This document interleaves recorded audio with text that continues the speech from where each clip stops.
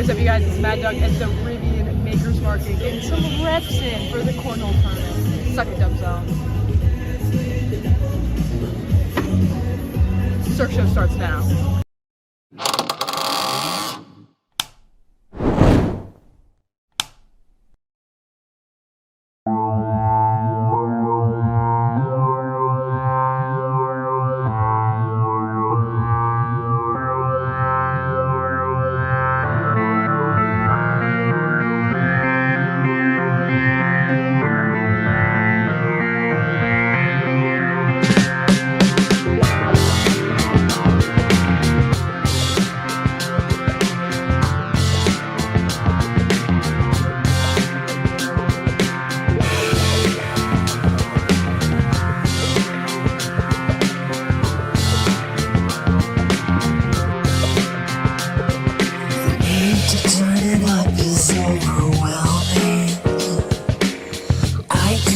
Sit still anymore.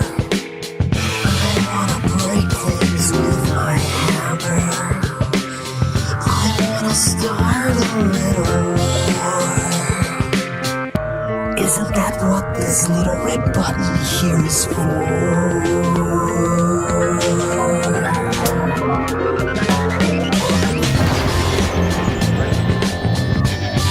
Threaten you to have a good show. I wish the sun was louder.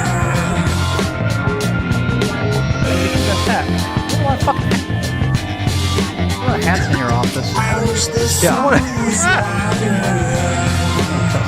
Why? I'm a bad man. I'm Big Shale, the alpha man. Hard man for hard times. DFW's alpha dog. That ain't me. That's somebody else. Well. Hi. And welcome in, friends, to the very popular Cirque Du Sirois show. It's a team having fun presentation. We hope you have fun with us tonight. It's Cirque 2, the Squeakquel.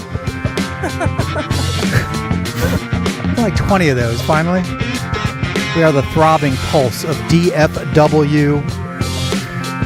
All Cirque maniacs are welcome this evening. We just require that you be brave, be just, be tall. Check. And do it with us, your boys. We're not competing against anything tonight. Oh, NFL and Star season opener. Bring it. That's why I wore the bad boy glasses. My name is Michael Soroy. Be one of the handful of people getting you through the next couple of hours. More than us. More than just the five of us in this room right now. We got people on Zoom. We got guests to get you fucking hyped up. We're going to do it all. We're going to do it all together. Right here. Thanks for joining us. I'm not doing this thing by myself. I have many people assisting. One of them is 8 feet to my left. He's my only brother in the whole world. He's a very tired boy. It's Cash Soroy. Oh my God. Hello. Thank you. The pheasant hunter. I would like to announce. I'd like to make an announcement. All right. I'm here tonight. Yep. Go That's for it. intro to Danny. Cash is running on fumes. We'll get. It's all good. It's all good. We'll get to why in just a second. But we got somebody with a full tank and a big bulge. And he's sitting right next to me. It's Danny Bayless, the makeout king of Q3. Woo, woo, woo, woo. Mr. Big Tongue. Ew.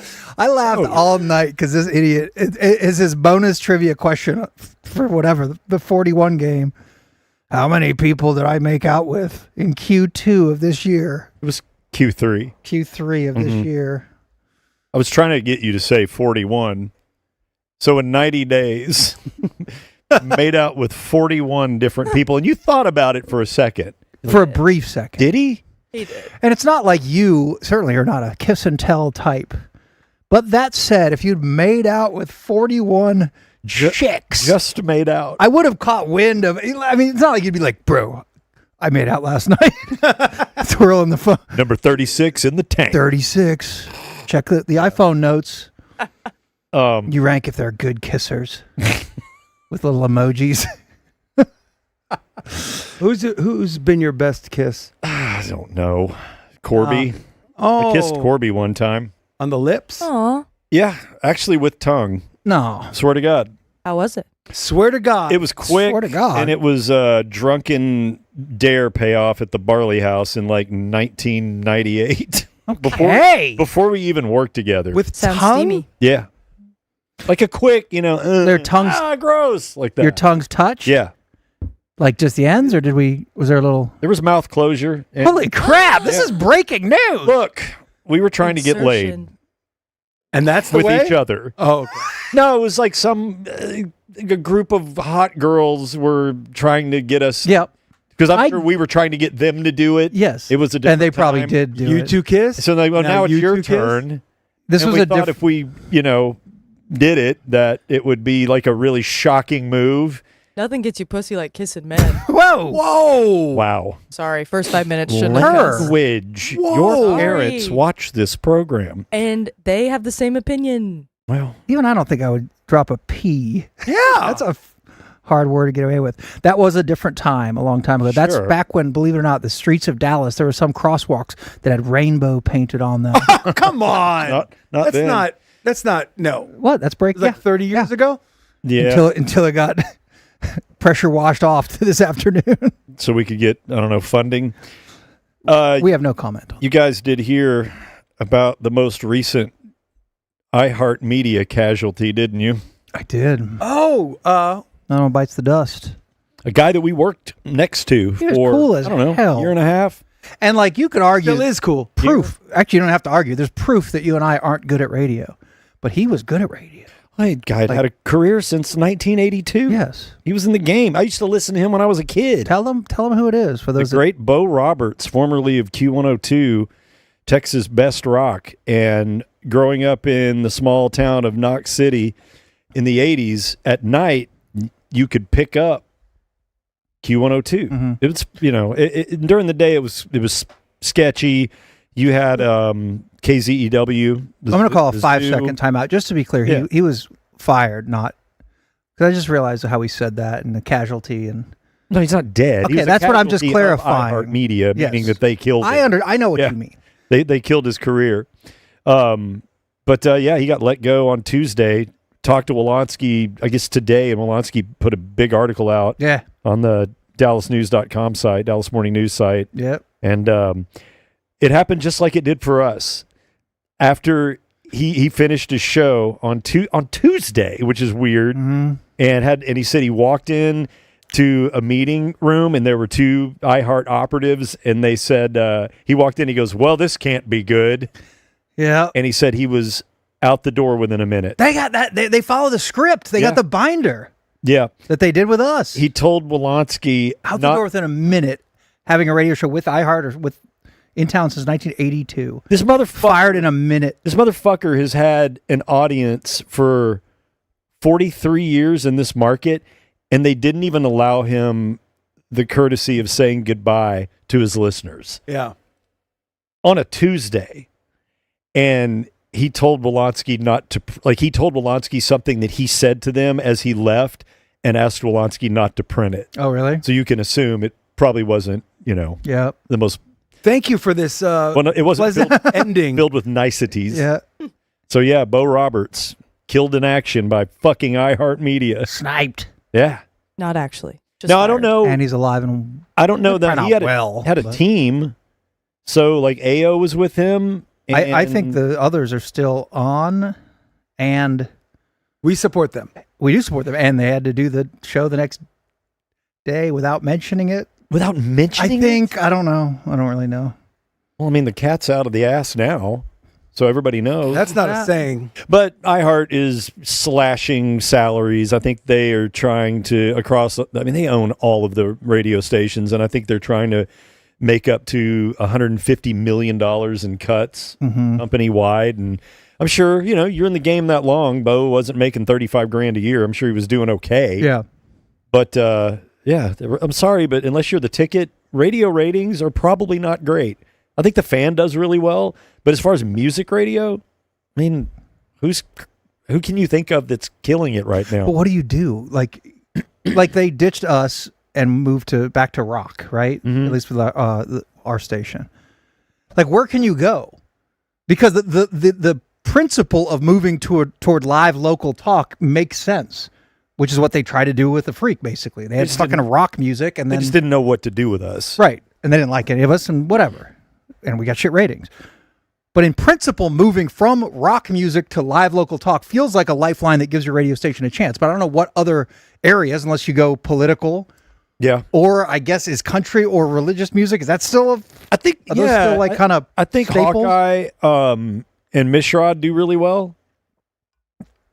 It's just I don't know what else is there, you know, like what are there? I think country music actually still may perform well, but rock, I mean, maybe some of the hip hop stations do okay. K104, the Beat, I guess, is still around, right? But who turns on? You're like, I want to hear a different song, and then you press the thingy. I mean, it just seems. I just don't know how music radio would ever survive, and it has to be dying like a fast, swift death. We're slowly evolving into the modern age where a lot of people have been there for a decade plus, and you're realizing that all this electronic media, radio, your phone, the digital, music providers and all that, they're tools.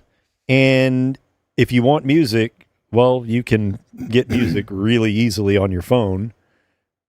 And you can actually listen to stuff that you want to listen to rather than listening to 3 shit songs to get to the one that you're interested in. I told you I was listening to a random radio station on the way in, and I listened to Ozzy's No More Tears, the whole song, like the drive in.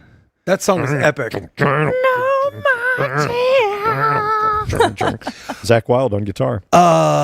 Bingo happening Here we right go. TF now. Sorry, If- y'all were calling tiles, so I just you let her wanted to rip. give the people You the do you. opportunity. If you want to play Bingo, you can do it on your cellular device. And all you have to do is hit that QR code right in front of you right now. If you're joining us live, we appreciate it. It's more fun live. You can play Bingo. You're trying to make an X. And things that we say and do on this show will trigger squares. Squares equal lines. And ultimately, you make an X and you will win this incredible item thanks to our friends at Aaron Kelly Legal. You get this tumbler, Cirque Du Sirois Bingo Champion of the World on that side there. KL, Kelly Legal on that side there. Hot and cold drinks right in the middle, up to your mouth. And guess who's having a good day? Aaron Kelly Legal. You are. At Aaron Kelly Legal on Instagram. Do it now or you're worthless. Maybe Bo Roberts will win Bingo, and then he'll have something to be happy about Yeah. Have today. joy. Yeah. I would like to extend the invite Do it. to Bo. Yeah. If anybody knows Bo, I'm sure we can get a hold of him. We worked next door to him for a year. He was so nice to us, Such too. a sweetheart. But I'd love to have him on. Aaron Kelly Legal brings you Bingo tonight. They were awesome. Aaron Kelly was here in studio with us a couple shows ago. Her husband, Christopher. Queen. She's awesome. She was the best. She's so cute. Yeah. The greatest defense lawyer in the North Texas area. Yep. Basically, you get in a pinch, Aaron Kelly Legal can help you out. A big pinch, like big stuff. They handle the big problems in life that unfortunately do arise sometimes. And her mission basically is what's the best thing for you to do given the circumstances we find ourselves in. And that's a daunting thought for you or a family member who's in that position. Aaron Kelly Legal has the answers. So yeah, follow them on all their socials if you don't mind. And just write that number down. Keep the website handy if you are in a big pickle. Aaron Kelly Legal will step up and help you. Promise, if I'm in trouble, that's where I'm going. You know what I liked the most about her is she's so sweet and, like you said, Madigan, super cute and personable and relatable. But you kind of also get the feeling that when she's doing her job, that she's a bulldog. Yep. Oh my God, yeah. Yep. And You loves talk it. about not taking shit from anybody. I love that. At the end of the show, she probably, when she enters the courtroom, it's the transformation happens. God. And she Yeah. ain't taking shit from anybody. You ain't taking shit. If you need any help in that front, Aaron Kelly Legal can help you out. We have a big Got 100? We're in? We are in. game on. Perfect. Game on. Big X the plug. Is that still I'm on there? laughing Is at he that still because on the here? gummy Oh, yeah, just it kicked is. in. Oh. Oh, Yeah, it's y'all still are on getting there. coming out the top because they already got free space and referencing. Man, what an y'all old talking friend. about? Oh, is that the voice? Sounds like Danny did the voice. Mikey sure didn't. Man, what y'all talking about? We got This whole show's so stupid. yeah. No, it's not. Stupid fun. It is stupid. There you go. Jesus. Another freebie. Y'all are making me work over here. All right, we'll just get off to a good start, and then we'll just trickle in the remaining squares and be done with this thing. We have a massive sports weekend here in town. It's Texas OU weekend, and we're going to talk about all that here in a little bit. We have some guests joining us in a little bit. We'll do sports shortly, but we have a few things to hit prior to that. This is all me, and you guys disagree if you need to. I think we need to have a national intervention with the country of America.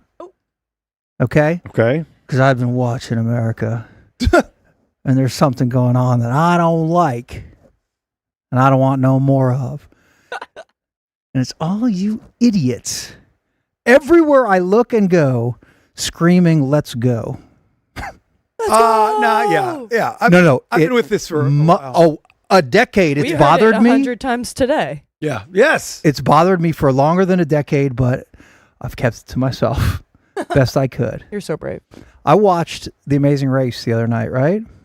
You could, every time someone on that show screams or says, "Let's go," you could drink a shot of water and you'd be fucking dead in an hour. You drown. A human couldn't drink enough water. Now, It is so bad. It's to a point where I almost don't want to watch the show. I hear it now every time someone says it. It is so out of control. It's making me nuts. And it's a me problem, maybe. no, it's okay. You're right. I will say that on Amazing Race, at least they're in the middle of some shit that they then have to continue to go. Okay. Sometimes they're using "let's go" properly. Like, hey, come on, let's go. Yes. Fine. But the exclamation, Let's go. yes, like or what? anything you accomplish, let's Right. go. Like when a college football Oh. game is over and somebody in the interview or whatever says, "Let's go." All right, no, it's already done. But it's Everything's done. That doesn't make sense. it's everyone always. It's Don't watch making Love Island games because So- the second they win a game, they spit it out like 20 times in a row. You see it a lot on Twitter, and one time Bob Sturm, I don't know if he's like talking about a game or commenting on something, and he did the thing where you go "let's go" with like 50 O's on go. Yep. So it just looks like "let's goo." No, that's probably not So what Bob meant. I just wrote "gross" as my comment. Like all of us collectively. what Right time? now? Right What now? time? I don't want to goo. Time. What time do we goo? I don't feel like gooing. But look, if you're going to have to, so basically you're cheering somebody on, right? You're saying, come getting somebody pumped up. It fits everywhere, and that's the problem. Okay, then let's come up with some alternatives. Well, come on. Here we go. That's the Steelers. Come on. Yeah, come on. Come on. Come on.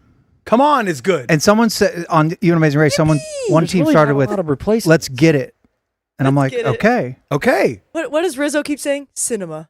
That yeah, was that's cinema. another Jesus. one. That will be not timeless, but it's still okay right now. Let's do this. Let's do this. That's okay. I like that. I'll take anything.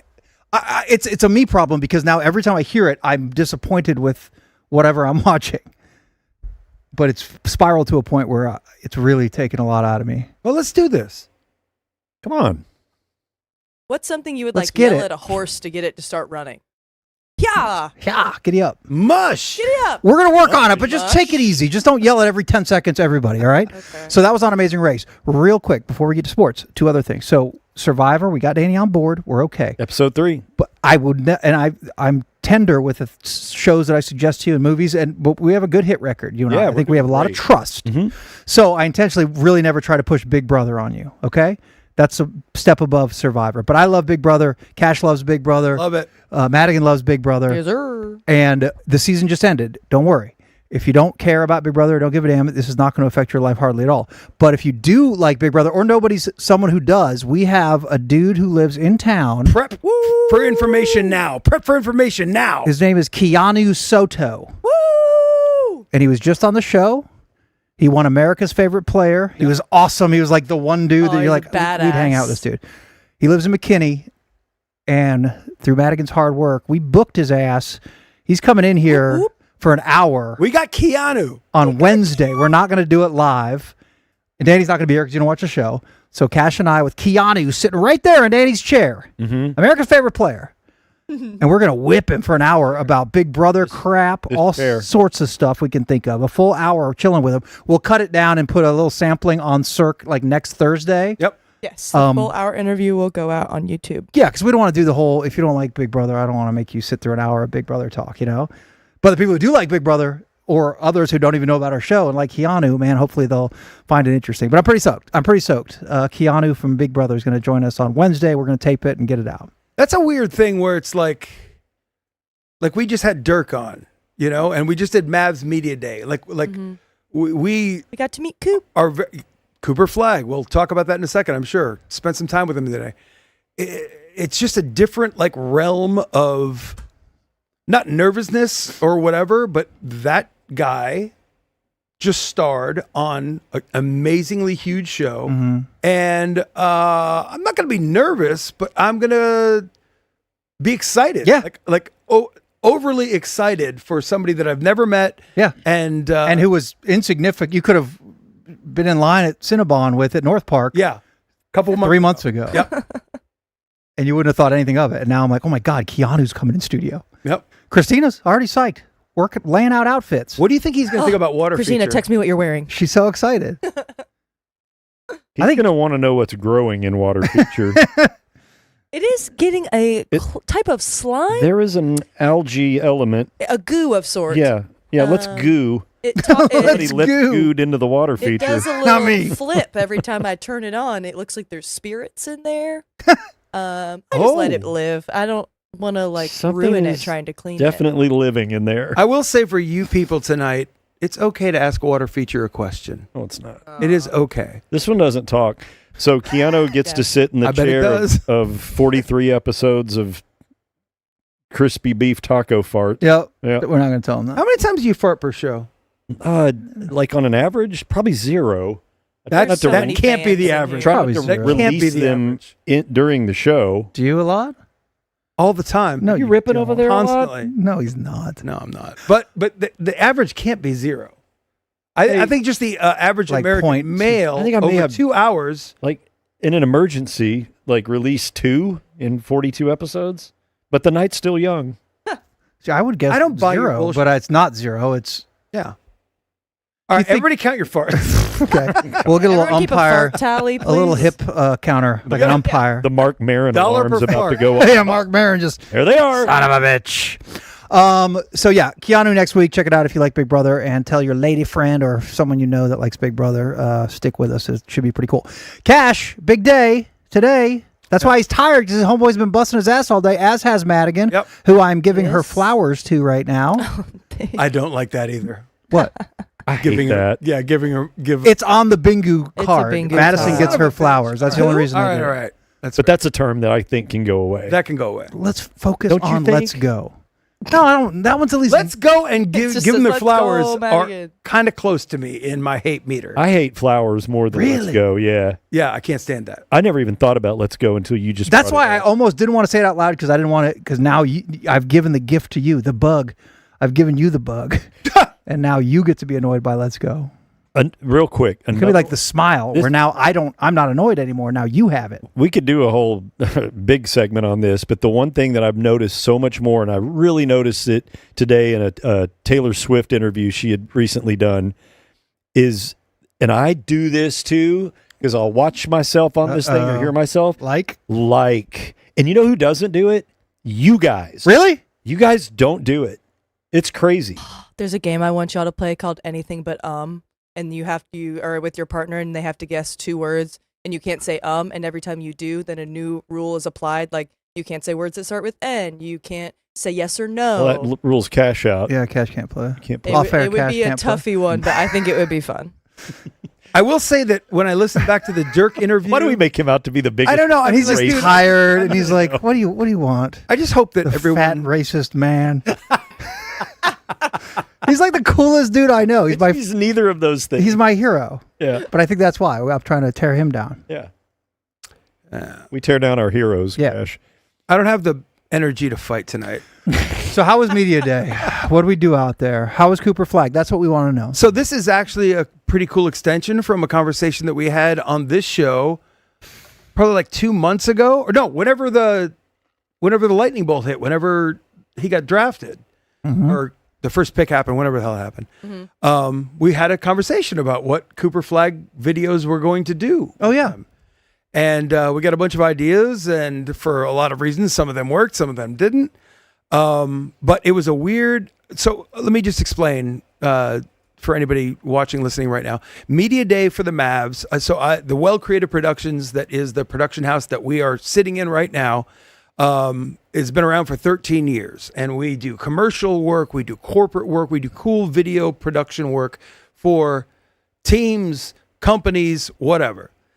But it all started because of me working for the Mavericks and Jason Seeley, who worked for the Mavericks, who started the Well to create video content for, all these entities. But we've always done the Mavs. So if you go to a Mavs game, ever, and you see the players in movie trailers and music videos, we've done that stuff for 15 years. So all of that happens on what's called Media Day. And there's one day, usually this year there's two, there's a lot of reasons behind that. But we get today, for instance, 8 minutes per player. And we have all these ideas. Madigan has been, Andy, Shannon, we've all come up with ideas. And then we have to decide what we can get and how much time we have. And we're under the gun. It's a stressful situation. Mm-hmm. And then when the entire season goes on and a new video pops, if a new video pops in February, that shit was shot today. In October. Yeah. And so it's an incredibly stressful situation. We are incredibly thankful that we're allowed to be involved in this stuff. But man, we are set up with an incredible green screen production setup. Everything's cool. We've got scripts written. I mean, it is an incredible, it's funny because I'm used to it now, but the work that goes into it and then the work that happens in the room, it's stressful as shit. You have to be smart, prepared, nimble. Yeah, fast. And so today was that day. And because of some situations, not all the players were available. So we have to do the best with what we can and what we have. And Cooper Flagg is his first time being in the room with us. Yeah. And I'm very cognizant and afraid, not afraid, but sensitive, considerate. Yeah. Of the first time. I mean, the first time we had Luka, we were blessed that the first time we had Luka, we still had Dirk on the team. And Dirk is incredible. Yep. And so he's always cool. Always been cool to mess with whatever we created and whatever we wanted to do. He would do whatever. And so Luka learned from him. And so while Luka was here, he would play with us and we'd make all these cool videos, including Luka. So Cooper Flagg is 18 years old. And it's really, really hard to process that, even from our perspective, that because he's the new number one overall pick in the draft. He's already been a huge star, and he is the savior of the franchise. Like all the weight of all that shit, I can't imagine. So then when asshole says, say this thing, sing this song, put this hat on, dance. You know what I'm saying? Yeah. It's uncomfortable, and we hope that they get it when they see the final product. But at that moment, they don't know shit. And there's a muscle memory on our side where it's just like, okay, we're just going to ask you to do all this stuff. Trust me, it's going to turn out great. But they have no freaking idea. Yeah. And Cooper Flagg walked in, and he was he's a chill dude. Yeah. He's reserved. He's not overly gregarious.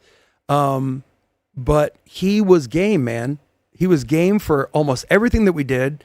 And I'm really excited to see how it turns out. It all goes to post-production. It's all about the fans. If they like it or they don't like it, I don't know. But like today was basically, without question, every year, my most stressful day of the year. Yeah. Because we make this stuff in one day, or we capture this stuff in one day and then sprinkle it out over a year. So it's a little bit funny when they're on a 4-game losing streak, and then we put out a video that goes viral or gets hot. Right. And they're like, well, I wish they'd pay more attention at the basketball instead of these stupid videos. Too much time on your That little shit outfits. happened. That shit happened a long time ago.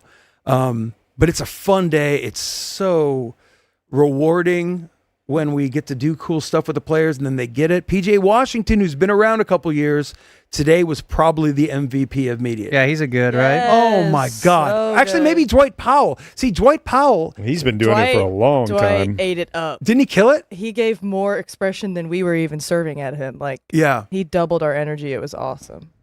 Yeah. And so, How long did you have Cooper Flagg? 8 minutes, right? 8 minutes. We had him for 10, and We they were- told us 5. Give us a wacky outfit. What?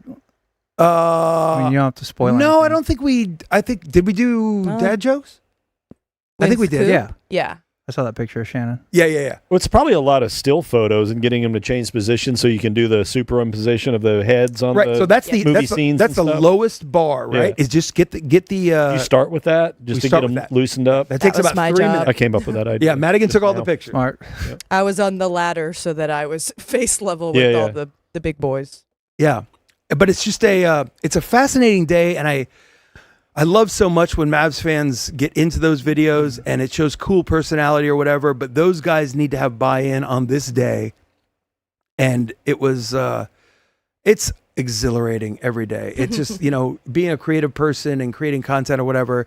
It's just so awesome to have buy-in from some pretty famous people, and I don't know. It's Well, and now the real work begins because course. now you got to assemble all of that raw Yep. and chop it up Yep. and make it work into the concept that you have designed, you know? and every video takes hours. Hours.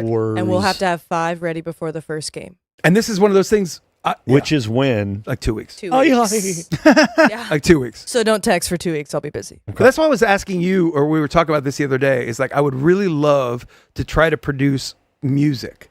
Like I would love to sit in the studio with you and produce a song or two or whatever, because you have so much more knowledge than me on that front. Thank you. I mean, I haven't done too. I'm not He was, I you was were looking making right at him. eye contact with, I'm sorry. but like He's the guy wearing the skull and crossbones glasses, not Yeah. me. He's yeah, the he is rocker. badass. I'm the He wild is thing. badass. I'm the rocker. He's the angsty twin. Anyway, I would love to do that sometime, because in those moments, and Madigan was in it. She's been in it, what, twice now? Twice. So going through it the first time, right? Mhm. There's a muscle memory. There's a education, right? Yes. You were awesome today. Thank you. No shock there. Are you saying that she sucked last year? No, but it's your I- first It time. really got I better did make from two last mistakes year's last disaster. Yeah. Were you awesome the first time you had sex? Whoa. Whoa. I was late and I was talking. Too I'm much. talking to Those Danny. were my I'm talking to mistakes Danny. Last year. I don't Talking want to to talk about that. Well, Q3 Danny. Point Forgotten all is- your signature moves. I would think you probably get better at it, whatever it is, after you do it a couple times. Mm-hmm. And Everything was energy going never. fine Riding a until the bike lady's is kid another walked in the room. example. Oh, okay. More common. Saying, I'm hungry. Mom. Mommy. Grilled cheese? Danny's just sweating. Anyway, it was a good day. It's a damn good day. You guys should be proud of yourselves. That's a long, dirty day, and especially to have you here doing this now. Circle, see, man. Circle Jane with us. We'll see. It was fun. It'll come out good. Let's talk some sports. Let's talk some sports. To talk? I said talk. Let's hear what you said. He said it's a talk. Let's hear what. Are we? Madigan? Are we?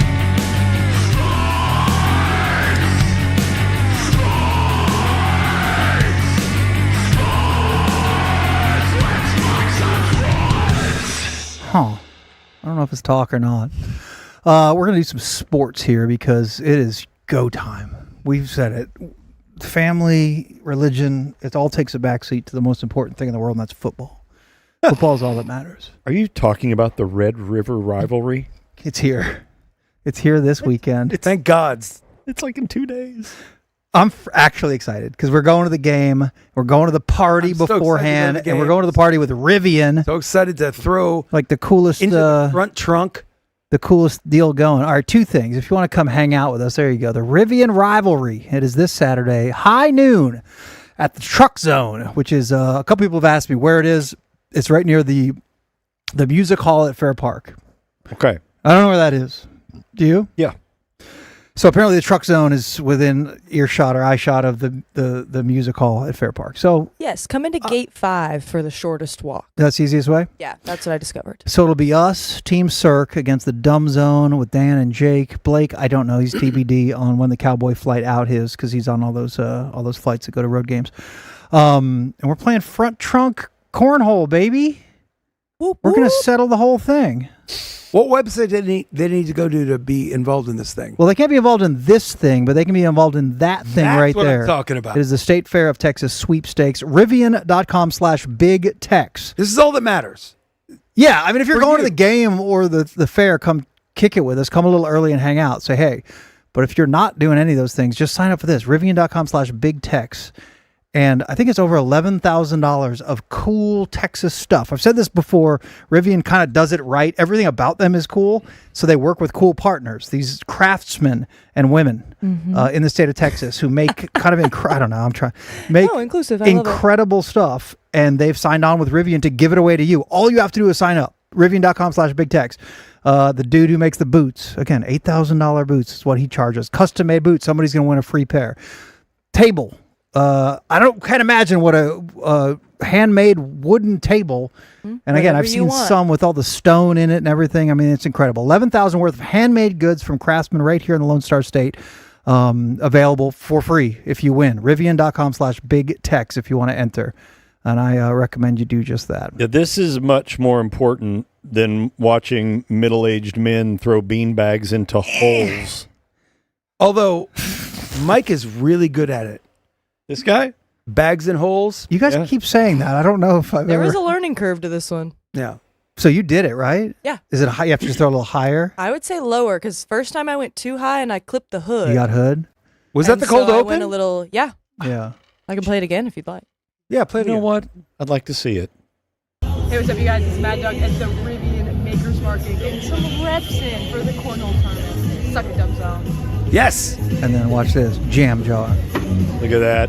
Cirque Show starts now. Yes. Hell yeah. Yeah, Thank Suck you, It Dumb thank Zone was you. my favorite part of that. I'm That's why I left starting the to hate caption the up the whole Dumb time. Zone. Yeah.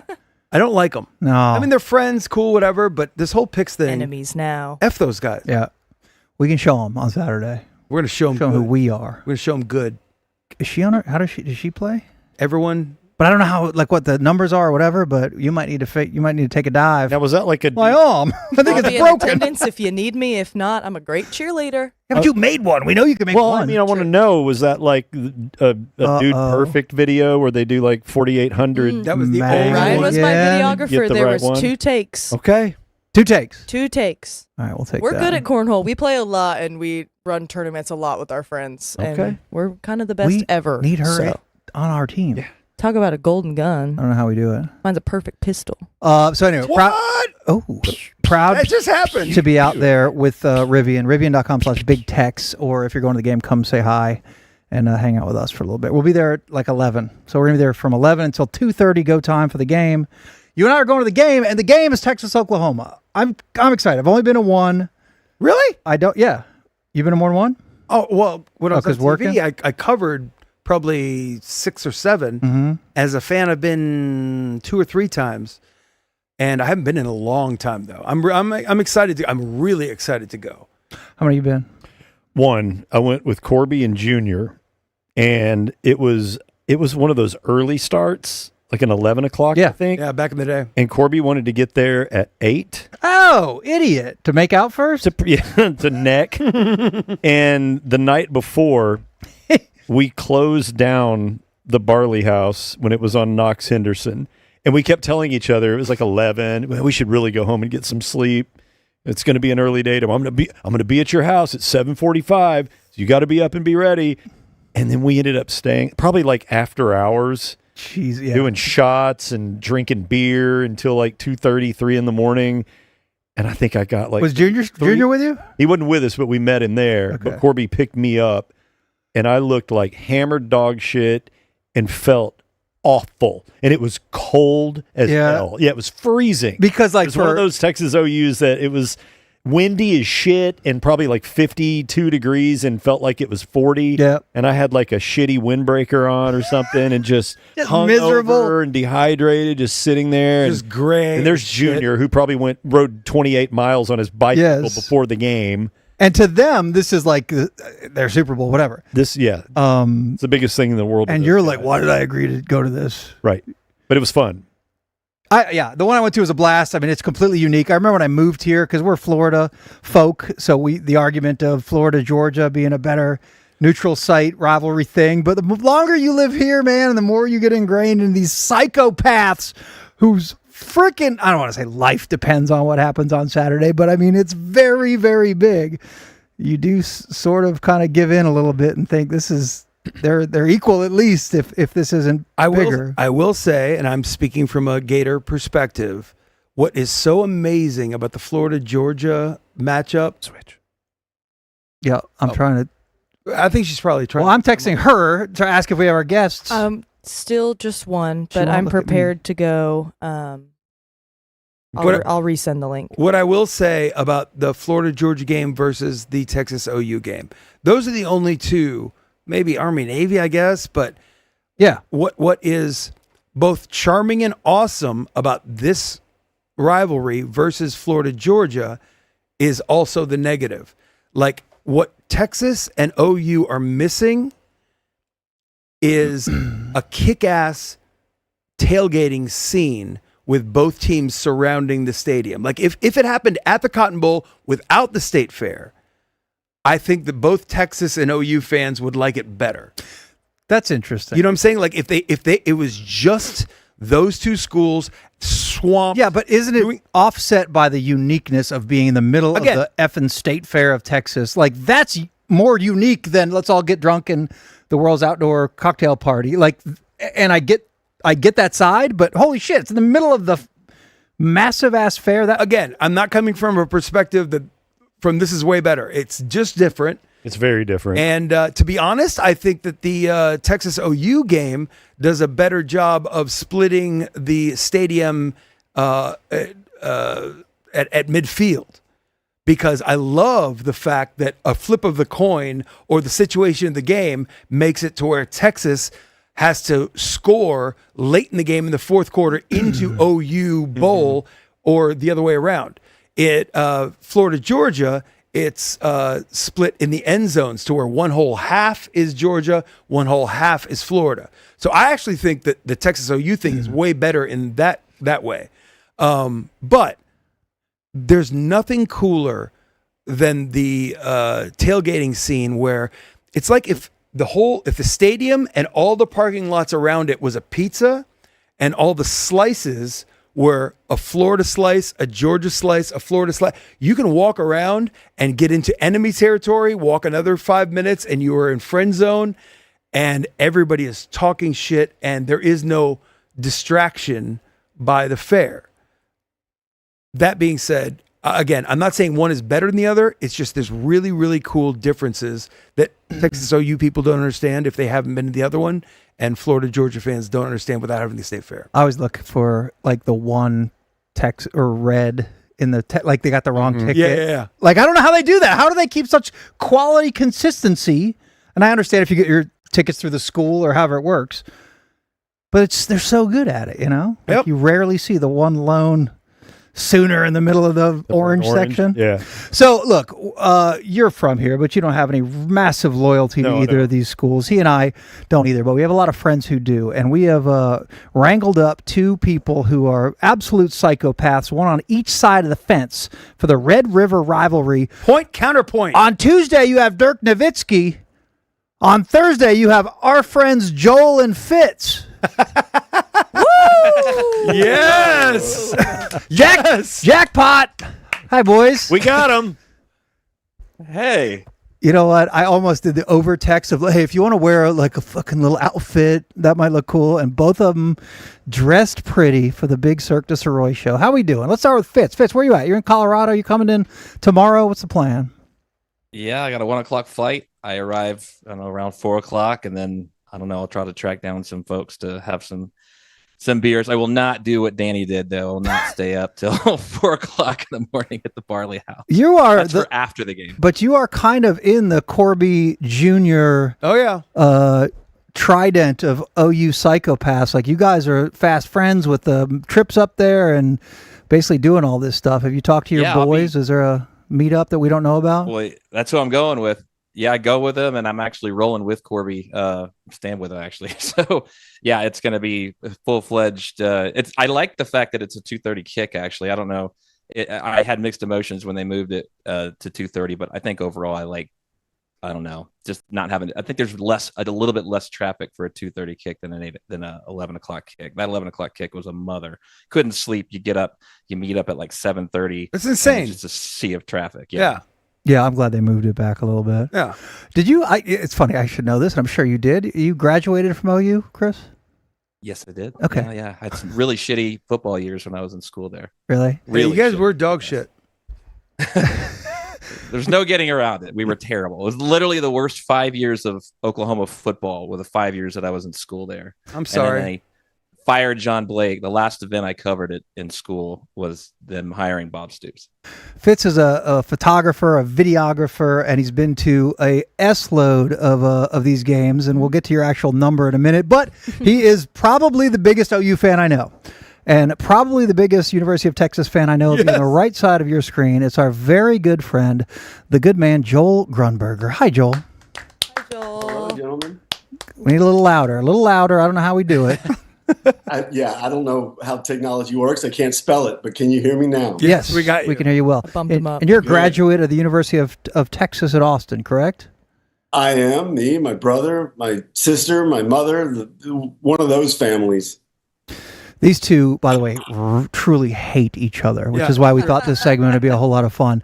So I'll start. Couldn't get them in the room together because knife fight. We'll try to keep it very friendly, but I'll just ask a question to each of you. First off, Christopher, I think you said recently that the Horns are paper champion bitch boys. That's What did right. you mean by that? That's right.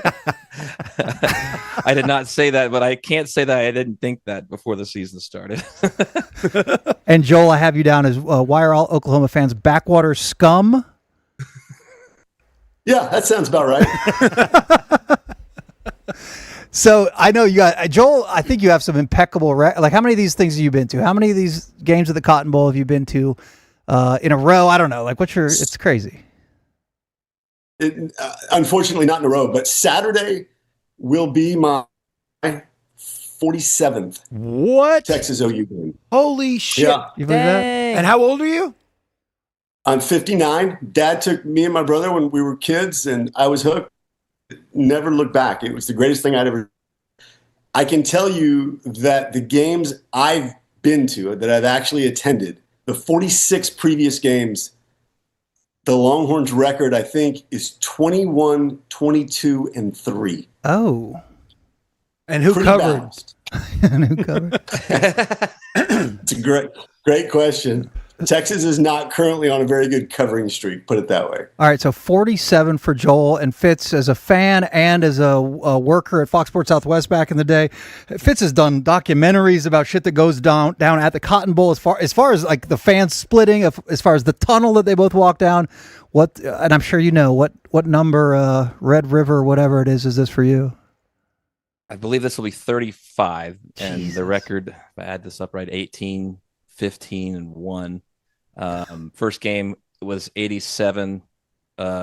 We had just moved to Dallas, and my dad made the mistake of getting his tickets on the Texas side, which you guys mentioned. Okay. So we were that family of 4 with the Oklahoma foam fingers, me and my brother, who ended up going to Oklahoma. Yeah, and I think we sat in like the third row. Terrible seats. But Oklahoma was number 1, and now I look back on it, I'm like, no wonder he got his tickets on the Texas side. They were probably a lot cheaper. Yeah. Because Texas wasn't very good that year, and Oklahoma was incredible. And then it was like cleared out by third quarter, I think. All right, Fitz. Yeah. Say, you were talking about your record at OU when you were in school. Yes. I experienced the same thing. When I was at UT, the Longhorns record against A&M and Oklahoma, those 4 years was 07-1. Oh shit, Oh. man.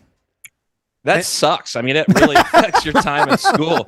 Like, it's pretty depressing, especially if you're going to drive to Dallas and you get all, you do all the things.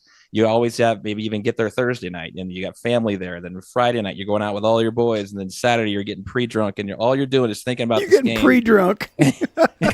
Oh, yeah. You and by third quarter, you're just trying to figure out where you're going to go after the game and just figure how to forget about it. It's all, I mean, I know Joel thinks the same way too, but I think about this game like the second it's over with for the next, 364 days leading up to kickoff. And it's all I can, and especially this year, Oklahoma had a bye week, Texas had a bye week, and then we had Kent State last week. So it's just been like Red River blue balls for me for the last 3 weeks, just waiting for this weekend, and it feel like it's taken forever. And our history goes around this game, We've taught you guys, because what you may not have mentioned is that Fitz and I and Cash and Mike, we've all known each other for a long time through sports media. We've spent our careers in sports television. And so we have been talking about this game and shooting video of it and doing interviews surrounding the game for our entire careers. But everything Fitz just said I agree with. So real quick, and Joel, you might have been involved in this or whatever at the time, but Fitz did a cool mini doc about the tunnel. He did several mini docs. Well, no. Was he just always pitching some OU thing to you guys and like, well, I can go shoot every this? year we would do a preview show, and and he would have a feature in it that was more than just an average player profile or what else we were doing. He would be given the job of doing the most creative piece every year, and he did more than one. But the one on the tunnel that you're talking about is certainly memorable. The great thing about college football in general is the color of the game and the fans and all that stuff. Yep. And that thing that Fitz put together about walking down that tunnel, both teams in the same tunnel, which I don't even think is probably smart legal anymore. You know, what I'm saying? Legal? Like it's not. I think it's legal. Shouldn't be done. But it is effing awesome. And do you even have that? You got to have a copy of that, it's right? on YouTube. Oh, really? Yeah, it's on YouTube. How do they find Yeah, it? you can find it on It's out YouTube. there. YouTube Sooner Fits. Sooner Fits. And it's Tunnel. Yeah, I think Dana Larson does the intro to it. And but yeah, you mentioned like the teams coming down the tunnel. They used to come down at the same time. Yes, which is insane. But like part of the charm of that feature that for me was like I would be in that tunnel, you know, leading up to when I actually did it for, I don't know, 5 or 6 years before we actually did the piece on it. And then you get guys yelling at each other from, you know, they're only separated. The locker rooms are only separate. And it's still like this, maybe by 50 feet, maybe. Yeah. And so you'd have the teams coming down and you'd have the captains or some of the guys spilling out of the other locker room, just yelling whatever, everything under the book, you know, and it was like the charge that you would see from these dudes, and then they're walking down this ramp, and you know, guys talk about like, they'd be puking and, you know, just walking down the ramp, but it's just like this electricity. It's like impossible to really describe without going through it yourself. And so every year I would, you know, we usually send 2 shooters, and I'd be like, I have to be in the tunnel. I have to experience that with these players. Because you see the look in their eyes, because they know how special it is walking it down. And I think in that piece, you'll see Keith Moreland, who played, you know, he played football and baseball, obviously played baseball, and he went to a World Series. And he talked about, I think he's telling his wife asked him, you know, how cool is it that you know, went up to bat and played in the World Series? He's like, second greatest sports moment in my life. She's like, what's the best? He's like, walking down the tunnel. Really? Oklahoma, Texas, or Texas OU, as he would say it. But Let's find that video and tweet it out on the Cirque social. Yeah. For sure. Yeah. I got a question for both of you guys, Fitz and Christopher, and I want to hear your answers individually. So Fitz and Christopher. What's that? Nothing. And Joel. I meant Joel. Sorry, Fitz and Joel. So we do picks with friends with the Dumb Zone every week. And we were texting back and forth last night, and I said, no matter what you guys do, don't triple play this game. Either way, because there's something about this game, no matter what their records are, no matter who's favored, that this fucking game turns into the Twilight Zone. My question is, why is that? Why is it that way? Is it the neutral site? Is it the history of it? Is it how these teams just somehow get amped up as hell for it, that it means so much more than any other game other than maybe a national championship game through the year? Why does this thing turn into such an unpredictable event every freaking year? Fitz. You go. All right, man. I could talk about this forever, but one of the things I look at every single year is the emotional / motivational sort of psychological advantage that these teams have.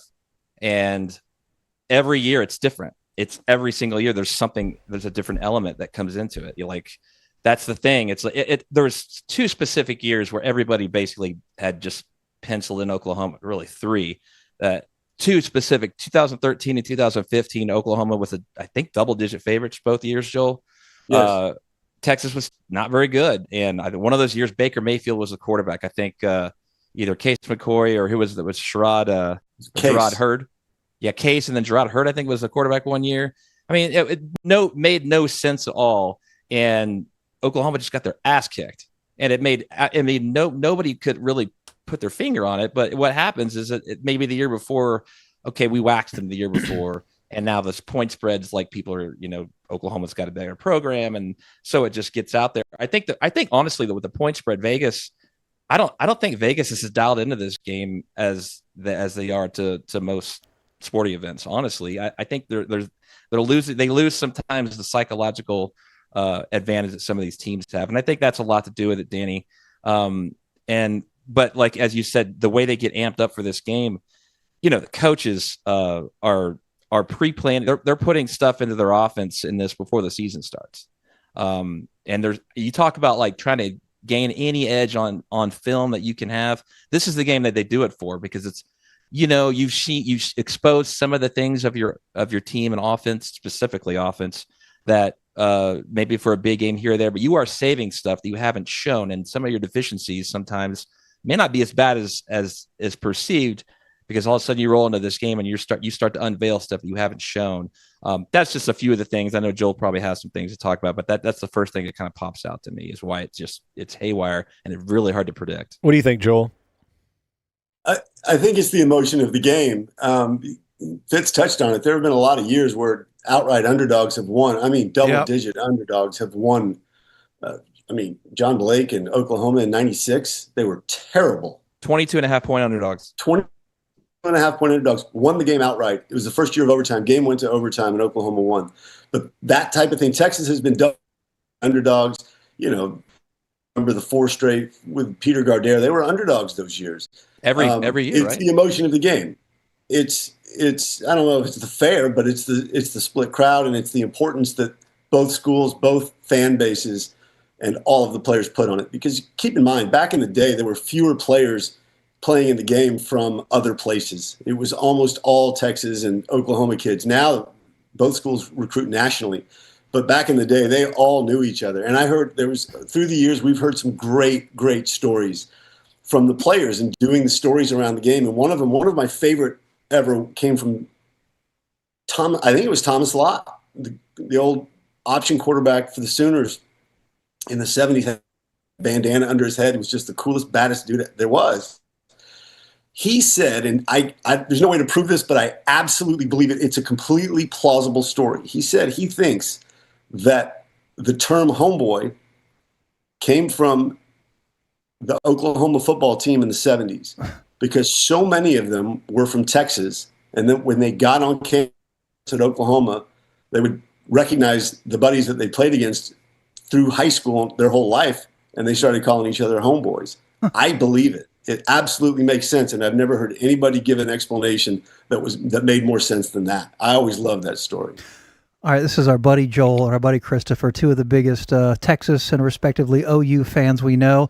I guess real quick, and we'll stick with Joel, what's your greatest moment in the 47, I guess, editions you've been to? I don't know. What's the greatest moment for you at the Cotton Bowl against Oklahoma? I mean, there have been great games and certainly great wins. 2008 was a big win. I've always been partial to the 1990 game. Texas had a really good, sort of surprisingly good year, and it was one of those typically tight, tense, hard-fought games. Texas scored, I think, it was the Keith Cash, Kerry Cash Longhorn teams.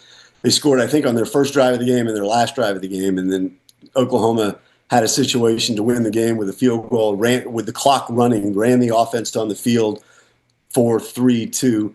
And R.D. Lasher missed the field goal at the gun, but it was the tensest, sort of most stomach-churning game that I can remember. That, and then, of course, the first game that I ever went to in 1976. You could feel the electricity, and I had been to some Cowboy games. I grew up in Dallas. I had been to some big Cowboy games, but when I went to that game in '76, I knew there was nothing like it. It was palpable, and I was hooked. Christopher. God, I'm going to name a couple here. Well, one of them we talked about was when OU was a 22.5-point underdog. Oklahoma was 0-4. That Texas team ended up winning the Big 12 that year. I don't know how the hell Oklahoma pulled that off as John Blake's first win as an Oklahoma head coach. But yeah, I remember that whole atmosphere. I was a student, and here we are in a dogfight. Hadn't thought for a second we had a chance. We thought we were going to be all drunk by halftime, and in the fairgrounds. That was certainly really memorable. And then actually 2023 was really an insane game. That's not my favorite game that I've ever attended. I'm sure you guys probably might even remember it when Dylan Gabriel threw the touchdown pass at the end of the game. If you go back and watch the first, 8 minutes of that game, I've never seen a college football game start off the way that started off. I think OU picked off OU was a considerable underdog. I mean, not a huge underdog, but nobody really gave him too much of a chance. Picked off the second pass of the game. They ended up, I think there was a block punt really early in that. Oklahoma just turnovers. And like in the first 8 minutes, you're like, it felt like a whole game had already been played. But that was really cool. And I want to give you one moment that I'll never, ever, ever, ever forget was Oklahoma was a 5-game winning streak. This is 2005. Texas just whoops them. And Matt got the monkey off of his back. And he is glad-handing everybody that would just kind of walk up to him. He's glad-handing everybody. And I didn't know Mac very well. We had, Joel had been with me a few times. We'd interviewed with him, and, he kind of remembers names and faces. He's beelining towards the tunnel as I'm going towards the tunnel to do post-game. And after this game, and I'm just like, fuck, he's a nice guy, but on that day, he's the devil. And he turns and we make eyes. We kind of contact. I'm like, oh, hey, and he beelines towards me, and like shakes my hand. Like, this is the nicest dude ever. I mean, he was 30 yards from me, and he beelines over and congratulations, Mac. Way to go. You did great today. That was a moment I'll never forget. But there was so much wrapped into that like handshake. I'm like, damn. That was, and he used to coach for a year at Oklahoma too. There's so many stories about this rivalry, but yeah, those are some that stick out. So getting into this week, it's hard not to discuss the Manning deal. I have not paid attention to either of your teams. Haven't watched all the games, but I obviously was paying attention to Texas, Florida last week, and I am of the opinion. I came out of that game actually with more respect for Arch Manning. I think a bunch of people shit on him. The team was the fact that Florida beat them up on the lines both ways was the issue. There was missed throws where he had somebody coming into his, face, into his chest. Yuck. Where it didn't work. Gross, Cash. Goo. I didn't see that. Yeah. I thought Let's go. Let's go. I would 3, just 2, 1. I would just like to hear what your guys' thoughts are on also Mateer is a thing that's might be out there, but I felt that Arch Manning he made incredible throws last week, and he was completely thrown off his time and lost the game because of that. Your thoughts on that star player in this game? What do you think is going to happen? I mean, let's start with Joel, because you watched them all, right? He has not been what he is supposed to be, whatever the hell that means. But where's your head at going into this game with their clearly it's going to be a quarterback game. Yeah, don't get me started on the whole where people thought he would be or where he should be. The whole idea that he was a Heisman favorite to start the season was just ridiculous. Anybody who's within earshot of me heard me say that. That was a media thing. That was a Paul Feinbaum thing, and they get that snowball rolling downhill, and it gains momentum. And Texas never should have been number one in the nation, and Arch never should have received that kind of hype. If his last name was Williams instead of Manning, nobody would have given it a second thought. The Oklahoma defensive line, I think, is probably better than the Florida defensive line. It's okay. So if Arch is lucky he won't be actually killed in this game, that's going to be an issue. The lines are going to be the issue.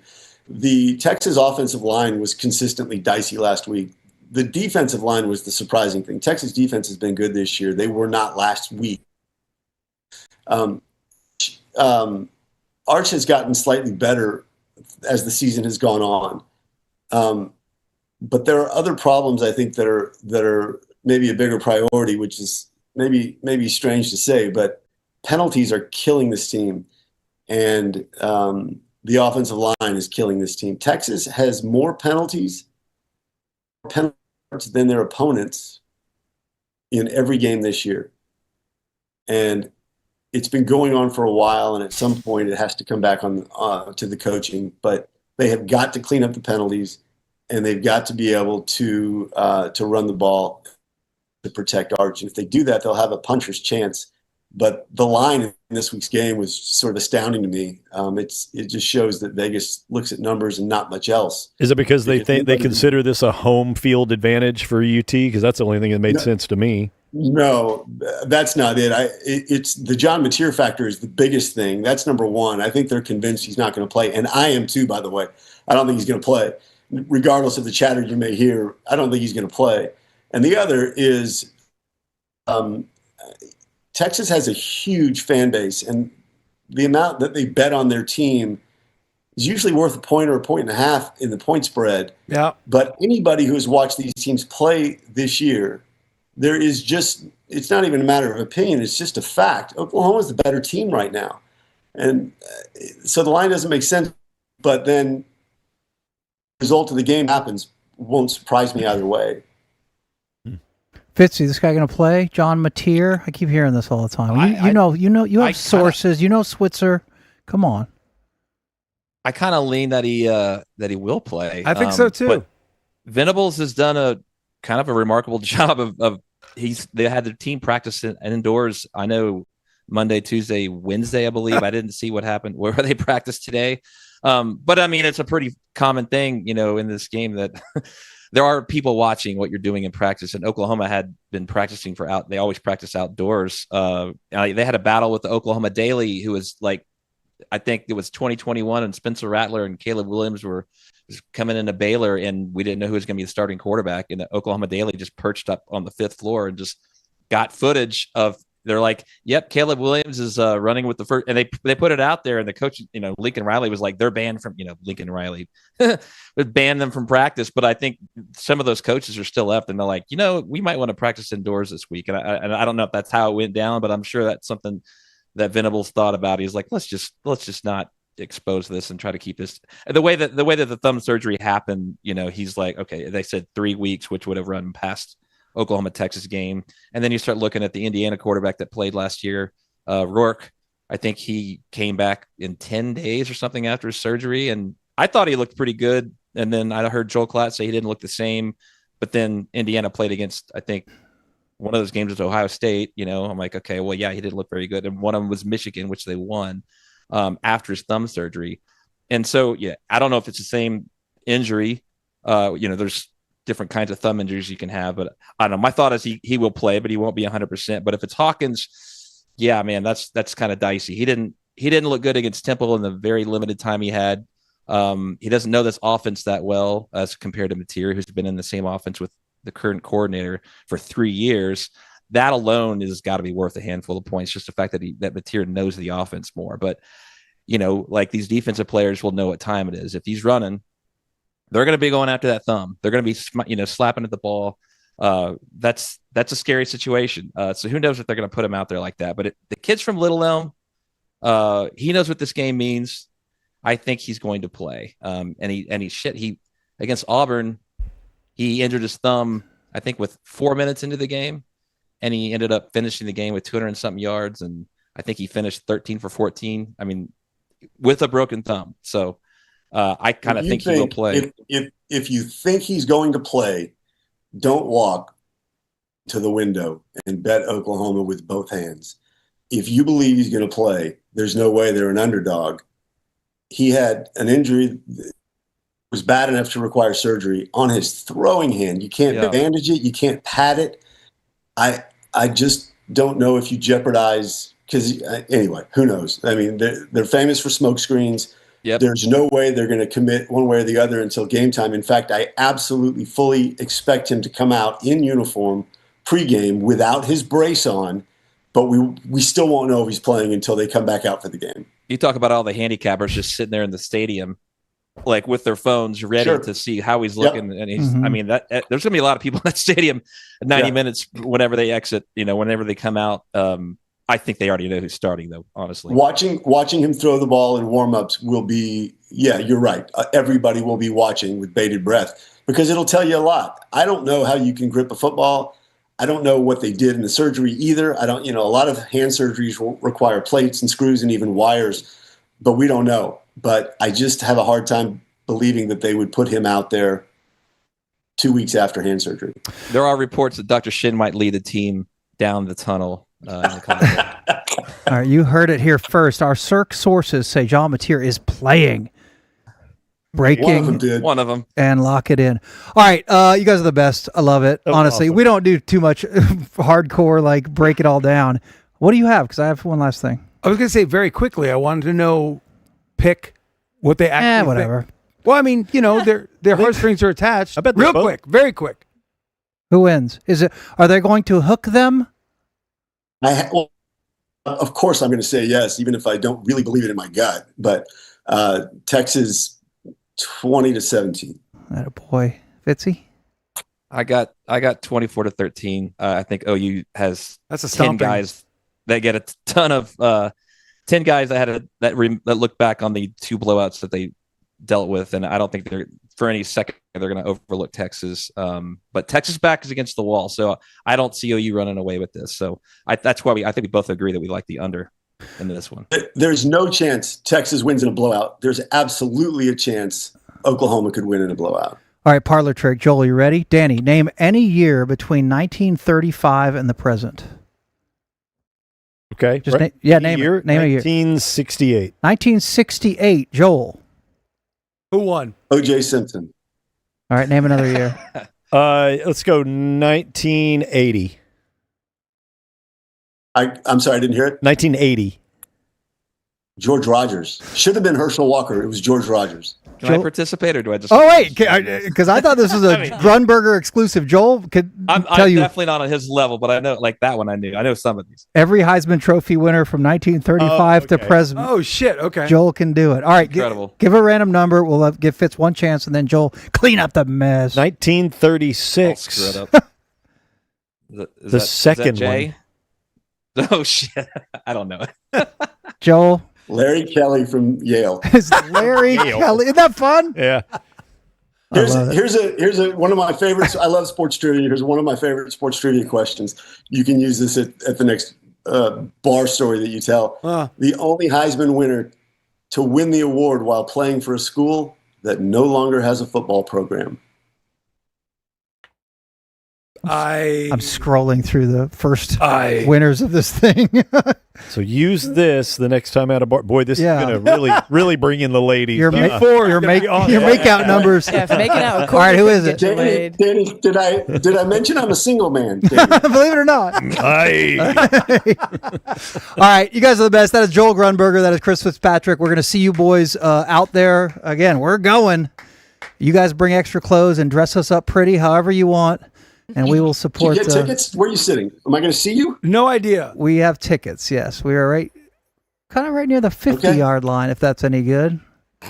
Yeah, that's really good. Is that good. just Soroy's or Danny? You're going? No, I didn't know that they were going until about an hour ago. Yeah.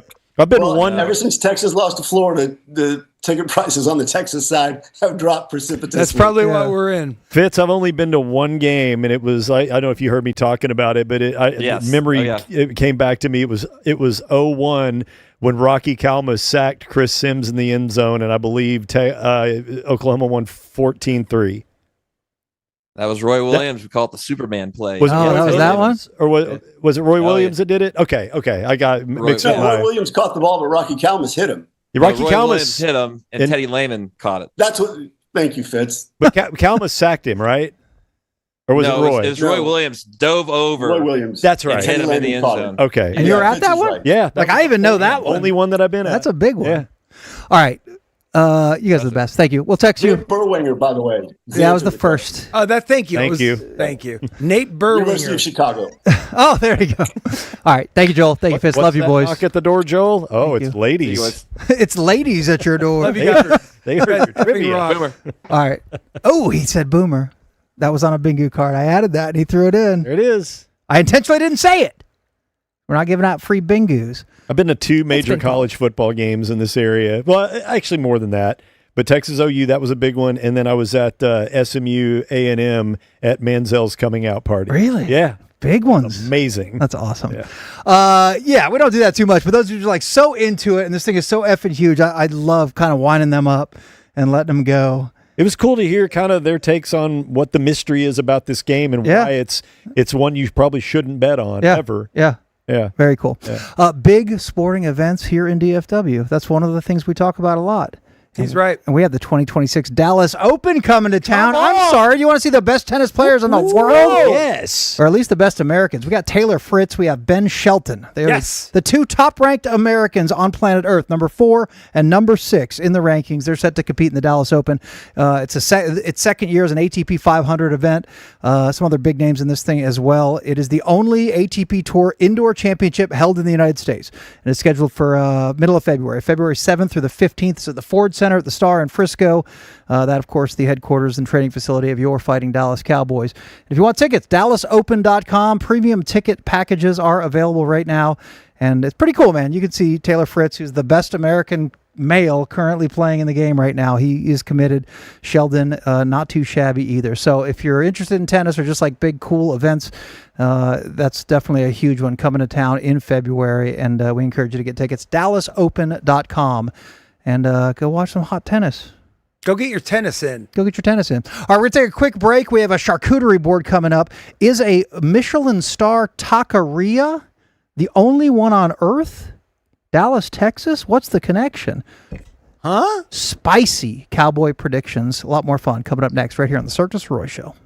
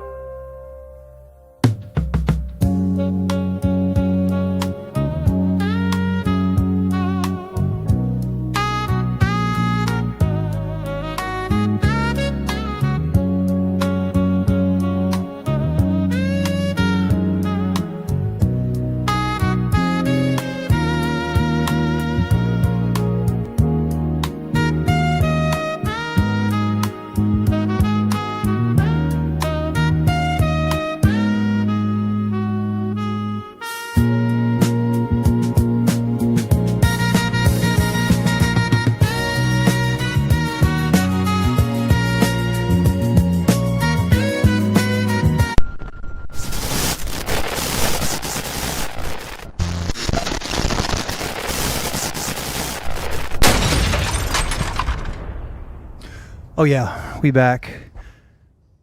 I was in my office today, and Simon was in there, and Christina's like has a banjo sitting on a little stand. He's got an office. Your girlfriend has say your has a office? banjo. Yeah, she has a banjo.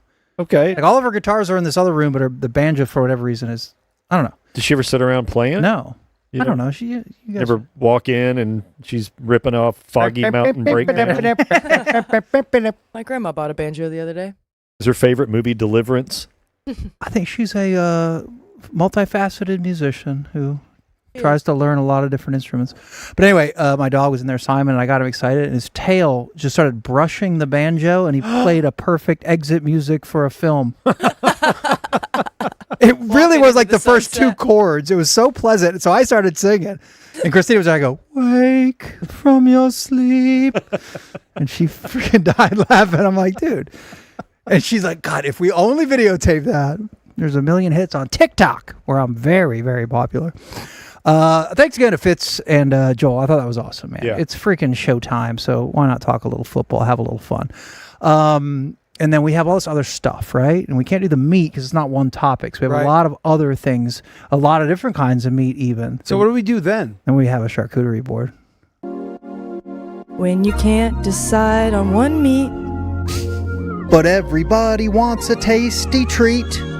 jump on board the Concorde. R.I.P. Gerald Ford. It's time for a charcuterie board. It's time for a charcuterie board with assorted meats. And once again, R.I.P. Gerald Ford. Oh my God, I haven't heard that in so long. We did it once. We did. It's so good. Sorry, we harmonized. I love it. Good. I love it. Michelin star tacos in That's a Dallas. headline. That is it was a tease and a headline. So a taco place got a mish in Dallas? There's one taqueria on planet Earth that has ever received a Michelin star. Is it that place over on Grand and Samuel? No. Okay, because that place gets a lot of play. It is a legendary taqueria from Mexico City. Okay, which is the best? El Califa de Leon. Nailed it. 2 years in a row. El Maya Khalifa. Not Mia They- Khalifa. Wiz Khalifa. Everyone's wearing It's glasses. neither Maya nor Wiz Khalifa.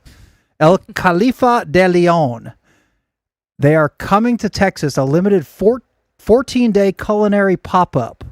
Whoa. That place is going to be slammed. Absolutely slammed. It's going to be, I don't know, on Hillcrest Avenue. I looked it up earlier where it was. But they're famous for their signature taco gaoneta, Madigan. Okay. I mean, there are those at Michelin who Okay. say this is the greatest taco on the planet. I have thoughts. It's interesting that one taqueria on earth has ever gotten a Michelin star. These people have got it 2 years in a row. And it's so good. They did this in Phoenix. They did a pop-up in Phoenix, and I guess it, was packed, yes, and freaked everybody out. So now they're doing it in Dallas. Is that like dinosaur meat? I mean, It's pheasant. it looks great. That make me laugh. They've Hang out with saved Malcolm too this. much. They've had this frozen, 3,000 years. dry aged for a few thousand years. Baby mammoth. That is the taco gaoneta, Gaonera. Gaoneta. Marinated grilled tenderloin served on tortillas with onions, cilantro, lime, and salsa. It's quite simple. Okay, I will say, I'll have the Jurassic 3 taco special, please, with rice and beans. $700. Uh-huh. Corn tortillas for me is 100% non-negotiable, the best option. If you're getting Keto. tacos like that, you have to. Yeah, I think so, If you're getting like authentic Mexico City, Yes. absolutely. I am gringoed up where I think the flour tortilla is delicious. No, you're wrong.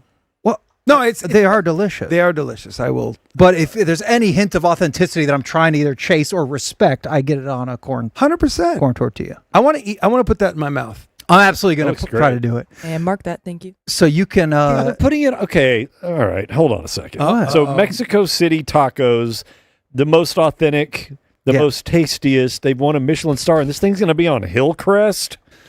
Yeah, Put that bro. fucking Pop thing up. on Dolphin and Samuel if you really want it to pop. I think it's right by Snyder Plaza. All right. If that helps. I know exactly. I mean, We're it's trying just to do funny business, that Danny. this is they're putting this in arguably the wealthiest block Yes. in the city. I agree with chat. I think food influencers are going to have a jack attack over this. Really? Yeah. 100%. I'm going to see 15 TikToks. Yeah. There's going to be traffic around the corner. Mhm. But it's genius. That's why it works. I mean, just the Yeah. info that I gave, and granted, yes, that picture looks delicious. I want to do it. And you can walk up, and they're going to make it like authentic to their original in Mexico City, which is very small, almost nowhere to sit. But if you want to reserve, not you and me, but maybe cash for the Bingu Bottle people, service. bottle service cash, and not eat in your car, Mikey and Danny. What's that delicious red goo? They have Michelin star chefs. Like, you can reserve a table. You can go on their website right now. Like, just Google it and figure it out. And you can reserve a table for 4. It's for an hour and 15 minutes. It costs $340. Like, Whoa. and you get What? prefix menu of 4 Michelin star tacos, appetizer, dessert, and beverages. And I don't know if that means How many alcohol or people not. for 4? 4 people. That seems extreme. Like, if you want to sit down and get whatever the story of the taco and all this shit. I don't want that. All I just right. want. I just want the taco. Well, I think Is there you ain't just the getting taco option? yes, you can just walk up and get the taco that I imagine is Can you? an expensive but fairly normally priced taco. I imagine maybe $10. I don't know. There's going to be a lot of brown people going up to Highland Whoa. Park thinking, what? It's so Thinking ridiculous. K. I mean, a badass Mexico City taco you're putting in the whitest neighborhood That's in because Dallas. They're the ones that'll overpay for yeah, it. we're the psychos that'll drop $340 for a 4-top. So we're can the sit. psychos. Hear him? He said that. You said white people, didn't you? Yeah. Cirque table. I'm white. No, you're right. You're right. They will. And, I mean, they don't need to put it where there are other excellent taquerias. and I guarantee you, if we did this thing and tried it, it'd probably be really good. But I bet we walk out of there going, you know what? I can name 5 gas stations that have tacos that are equally as good or better. Fuel City. in All right, the listen city. to me now. Yeah, maybe. How about a Cirque taco pop-up served by Chef X? Now, I will Okay. promise you Okay. that it'll taste like shit compared to that or any taco Can't made. promise But that. Can't promise that. maybe it'll be okay. I'll talk to Chef X. Put that on How your great would that menu be? as your tagline. Serve Maybe me some this will be tacos. okay. Maybe this will be okay taco. $15. You do it like a lemonade stand. We pop up, and then Chef X just Hand slays Just as long watch as me as long as the tacos are available. 'Cause Yep. it's going to shut down. We're Who not wants going to to have host enough for us? everybody. It's going to get shut down by the health department. Health department, schmelf Poor department. practices across the board. And I'm like, I didn't know any of the rules. It says on the menu, it's just okay. I was unaware. To be clean. Too many La Cucarachas. Everywhere. Yep. Another delicious food is hot wings. Up. And I do watch, I would say most episodes of Hot Ones. I don't know why. I watched the highlight reel. Yeah, kind of. Maybe not the typically whole don't thing. sit through the But they full get huge 23 people. minutes. I like watching the whole thing. Yeah. And dropped this afternoon, a young man named Luka Doncic Who? was on Hot Ones. Doesn't sound familiar. And Danny and I watched it. Mhm. And it's probably a whole different conversation that it wasn't all that great because he's Luka. Like, he's just very reserved always. And what'd you say today? I have a feeling that Luka has 3 people in his life that he actually can 100% let it go Yeah. and be his true self. And just crack up, say dumb shit, laugh. Yeah. And he's always got that layer up, which And I was talking to Skin. We were on the phone earlier before the show, and I brought this up to him, and he said, "Think about this, Danny." He goes, "Remember when Dirk made the comment about Utah or about Salt Lake being a bad city or a bad basketball town or something like that?" He made some kind of comment and got a lot of backlash early in his career, and the reason he said that is he got confused because he was trying to translate in his mind to English and it came out wrong.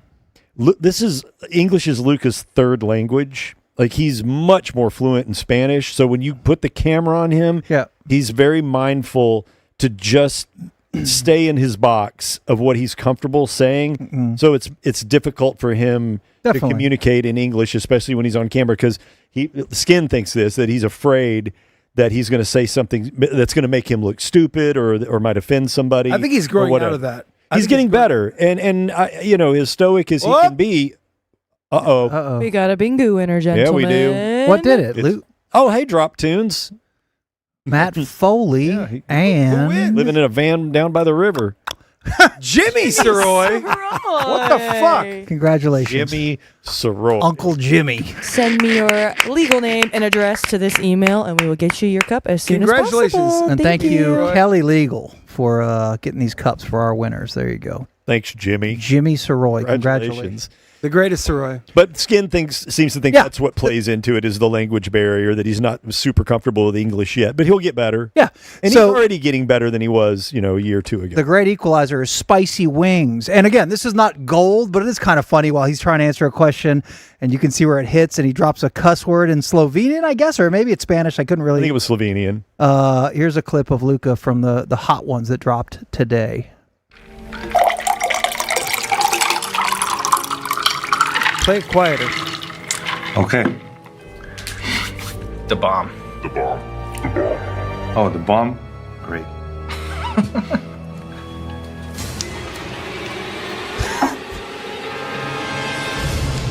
Oh, pičku mater. Oh, sorry. This means good morning.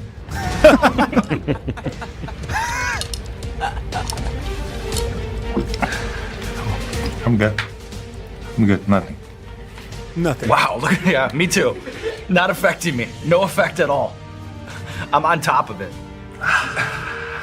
So, one thing that you and I have in common is belief that Anne Juliet is the best Broadway show. Sure. Do you have any memories of hanging out with the cast backstage? I actually went there for my birthday earlier this year, and they sang Happy Birthday to me backstage, yeah.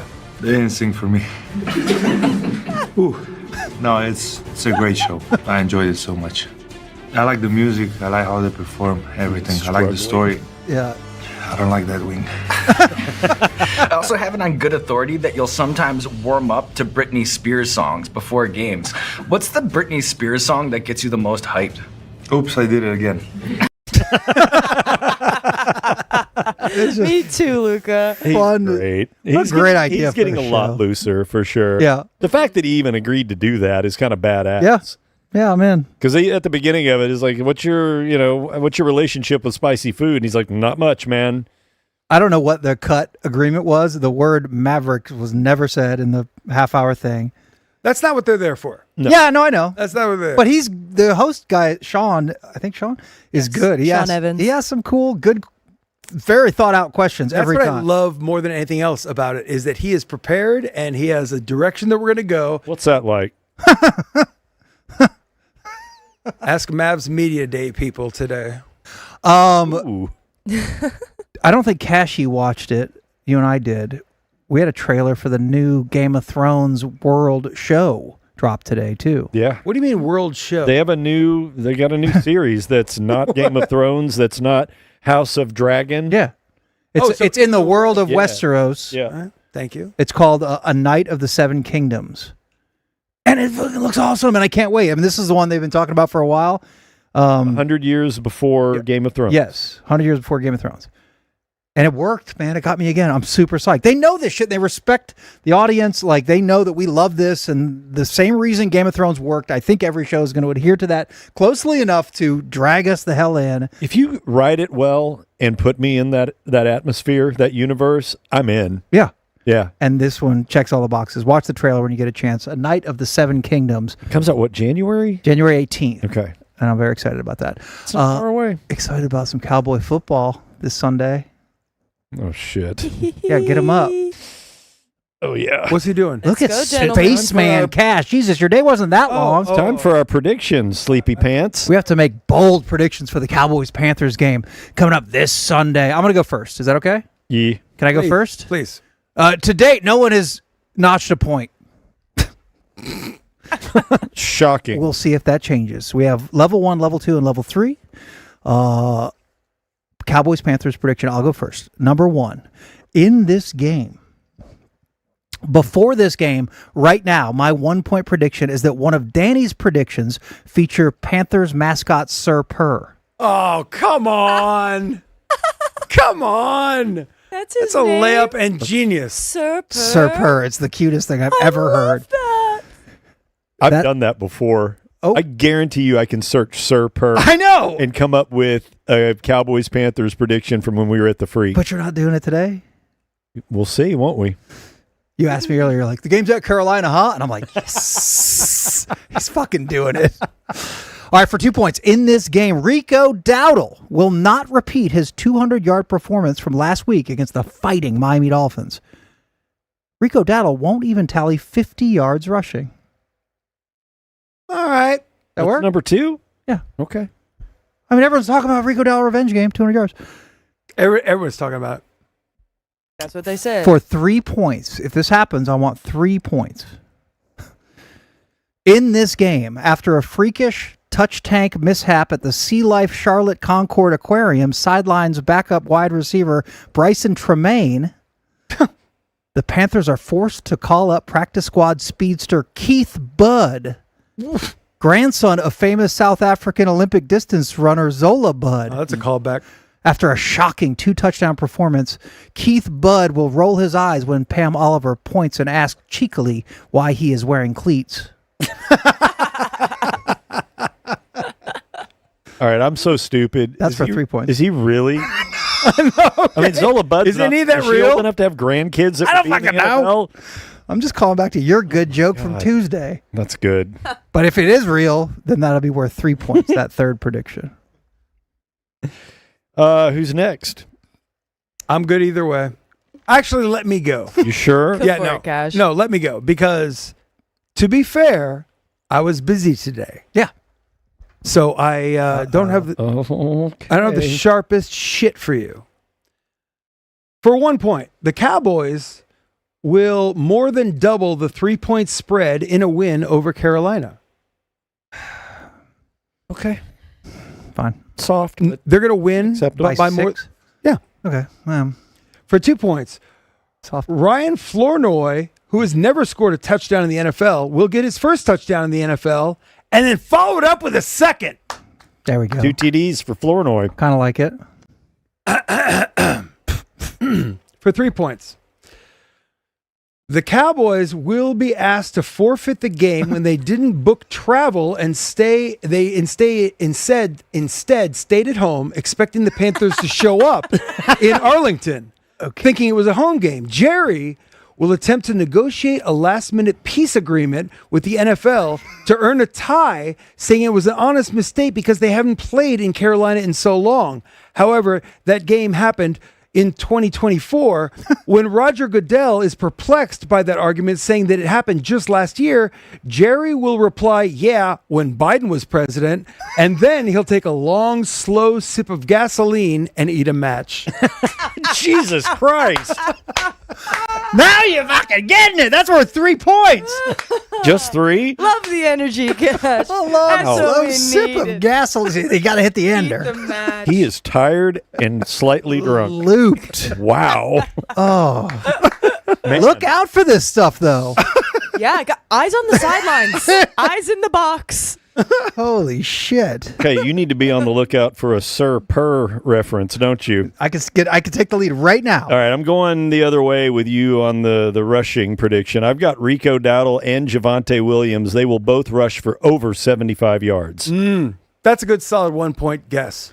So... You think that's I soft? thought you were going to say 100. 75, arbitrary 75. random number. 75. Okay. I almost said 100, but that seemed more like a 2-pointer. This is the 2-pointer. Okay. Adam Amin, who is announcing the game with Greg, the third leg, Olson, and Pam Oliver, he will refer to Bank of America Stadium as the BOA. All right. Trying to be cool. Yeah. Well, we're here back at the BOA. Oh, wrapped up with the boa. I like that. All right. All right. For 3 points. This is so fucking dumb. During the opening coin toss, Panthers team captain and long snapper J.J. Jansen Oh, will grab the microphone from the official to announce that he's opening an artisan hummus food truck in the north end zone. Cowboys team captain Osa Odigizue immediately signs on to be an investor. Sir Purse PETA. Immediately signs on. How do you not? Holy crap! An artisan for reference. Hummus food truck. in the north end zone. Yeah. Immediately. And Odiggs is just, I'm in. I'm in, dude. stop. You stop. I'm You're in. my enemy. Okay, but I'm we're going to business look partners. up I'm in. Sir Purr. To find your 2-year-old Sir Purr. I think we both did, or all three of us might have done Sir I Purr avoided prediction. Sir Purr because I thought that Shit. both of yous would have nailed it. Okay, that's Use the point. people. I found it. So this was for 3 points. From what- Sometime at the Freak. I've just got them all listed on one page. I don't know when it was. Sometime a couple of years ago. This was Cowboys tight end Jake Ferguson will catch a touchdown pass in the back of the end zone in full stride, which will end in a gruesome collision with the Panthers mascot, resulting in Sir Purr spending several minutes inside the medical tent. So, no, you didn't get your 1 point tonight. But tell you what, Purr in the medical tent is a good. is if good. that happens in this game, even if he made that prediction a couple Quarter years point. ago, no, I'd say he takes 3 points. Yeah. Whoa. Yeah, you take all three if that happens. Actually, that one has a better chance. Yes. A slightly better chance than Jerry sipping gasoline after a forfeit because they forgot to book travel. Eating a match. Why is he? Which is his 3-pointer kind of negates his first two. Yeah, You know? yeah. Those can't happen. You gotta if there's play a both sides. forfeit. Yes. Hey, man, you just gotta plan, man. But look out for Keith Budd to be called up. Bud. That was the stupidest 4 minutes that we've ever done. No. I kind of love it. I kind of love it. You know what else I love? A quality roof. Oh, do you like quality roofs? Yes. You don't like average roofs? No. Well, I mean, You seem like the kind of guy to me that if you had problems with your roof, you just like look out on your front door and there's a card stuck on there and you just call yeah. that Go, guy. these guys must be good. Like some shitty card made on like Microsoft Paint. Clearly scissor cut out. Yeah. Not good enough, dude. No, it's not good enough. Before I knew about Jam Roofing, I may have done that, but now I know about Jam Roofing. I know there's a better option, a smarter option with good people. And you've hung out with Matt and had beers. That's That's how you really get to know somebody, and Yep. that guy's a badass dude. Yep. Anyway, Jeff and Matt, that's how you get Jam Roofing. They're not average roofers. No. They're awesome dudes, man. Both of them law enforcement guys. Jeff, a former insurance adjuster. He knows how to get you everything that is owed to you when it comes to making these claims. And that's a pain in the ass, man, calling the insurance company, and then they'll recommend a roofer, somebody that they have a relationship with that they know are going to maybe make your roof with subpar materials and cut costs. Yep. No. Jam Roofing, the highest quality materials, great warranties, great guarantees on their scope of work, and they know the ins and outs of the insurance company, so you don't have to even concern yourself with dealing with them at all. You make one call, one email, they come out to your house, sit down and talk with you for a couple of minutes, and they handle everything else. It's like concierge service. Yep. Yeah, it's awesome. And if you're worried maybe that you've had some recent hail damage or wind damage, call them. They'll come out and look at your roof for absolutely free. Mention Cirque. They'll take a look at your roof. And if you even got like a couple little things wrong with it, some loose nails or maybe your vents aren't attached properly, It's fixed. they'll just fix it for you right there. Leave, no charge. The Let best. you know you're probably good to go. Or they'll sit down with you and go, you know what? I think it's time. Let's call the insurance company and get a claim on this thing. Easy to get a hold of. jamdfw.com. Call them on the phone, 469-890-6848. And when you do, and you mention that you're with Cirque, not only do you get the roof tune-up for free, they'll put you at the head of the line. So when and if you do get severe damage up there at that 380 corridor, you know where you live. If it's up there, you're always at risk. They'll put you at the front of the line, and if something goes wrong, man, they'll push you to the top, and you'll be the first one to get service. Easy before street. anybody else, just for watching this stupid show. Just for this. Yeah. JamDFW.com. JamDFW.com. Fencing, too. Everything. Whatever you need done, man. They'll All take of care of you. Jam Roofing. And that is a message that goes out to you people.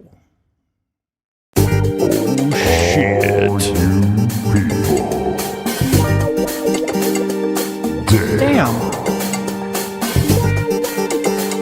You motherfucking people. We got a score update over there, guy? Yep. How we doing?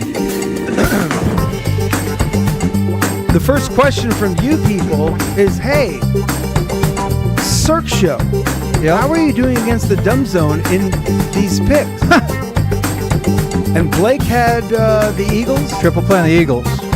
The Giants just got into the end zone with Scatterboo doing a backflip. 33-17. Yes! Giant. We love that. Triple for you. F you, dumb zone. That's huge. I think I called him Skatibo on my first car break with you, Cash. That's okay. That sounds on brand. Skatibo! And they're about halfway through the fourth quarter. Yeah. God damn, that's great. Yep. Skeet Tebow. All right, it is you people where you ask questions. They can be anywhere. Discord, you can leave an audio thing. I checked the Discord today. Keeping an eye on that. In the chat, Madigan's keeping an eye on that. On Twitter, if you like. Hell, you can email cirquedusroy@gmail.com if you like. If you have a long-form question, whatever method you want to get to us, we will try to answer questions that you have right here during You People, Madigan. Have Mike and Cash ever had the opportunity to interview Don Johnson and talk about hauling ass? No is the answer. Cash, do you have any more info? Are we trying? Yes is the possibility. Really? Yeah. Oh, the soft ask has begun, and I think that a major goal of the reboot of Cirque is to have Don Johnson as a guest. I would love to have DJ Could you on. effing imagine the things to talk about with that guy, just in his own professional world? But I think that he probably gets that shit all the time. But our personal relationship with him, whatever the hell he remembers, would be amazing. So stay tuned to these Cirque stations.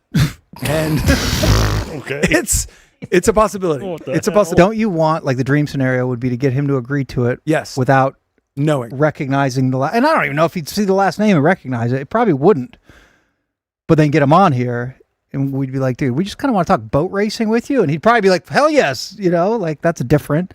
And then we tell him who we are. And then hopefully That would be ideal. light bulb goes off for him. He's like, wait. You're those kids? You're the freaking, probably wouldn't remember the kids, but he would remember our dad and say, what? No, I mean, listen, to a guy, again, Don Johnson, for those of you that are youngins, Miami Vice was the coolest, most badass thing in the 80s on TV. I mean, it's like, what would even be that now? Mad Men into freaking The Bear, into freaking Breaking Bad, into whatever. Yeah, but this was network days when there wasn't much on. And you just it had was this the hunk. coolest shit that there was, and he was the man. And so right around that time, they dictated fashion for basically an entire decade. Mm-hmm. Yes.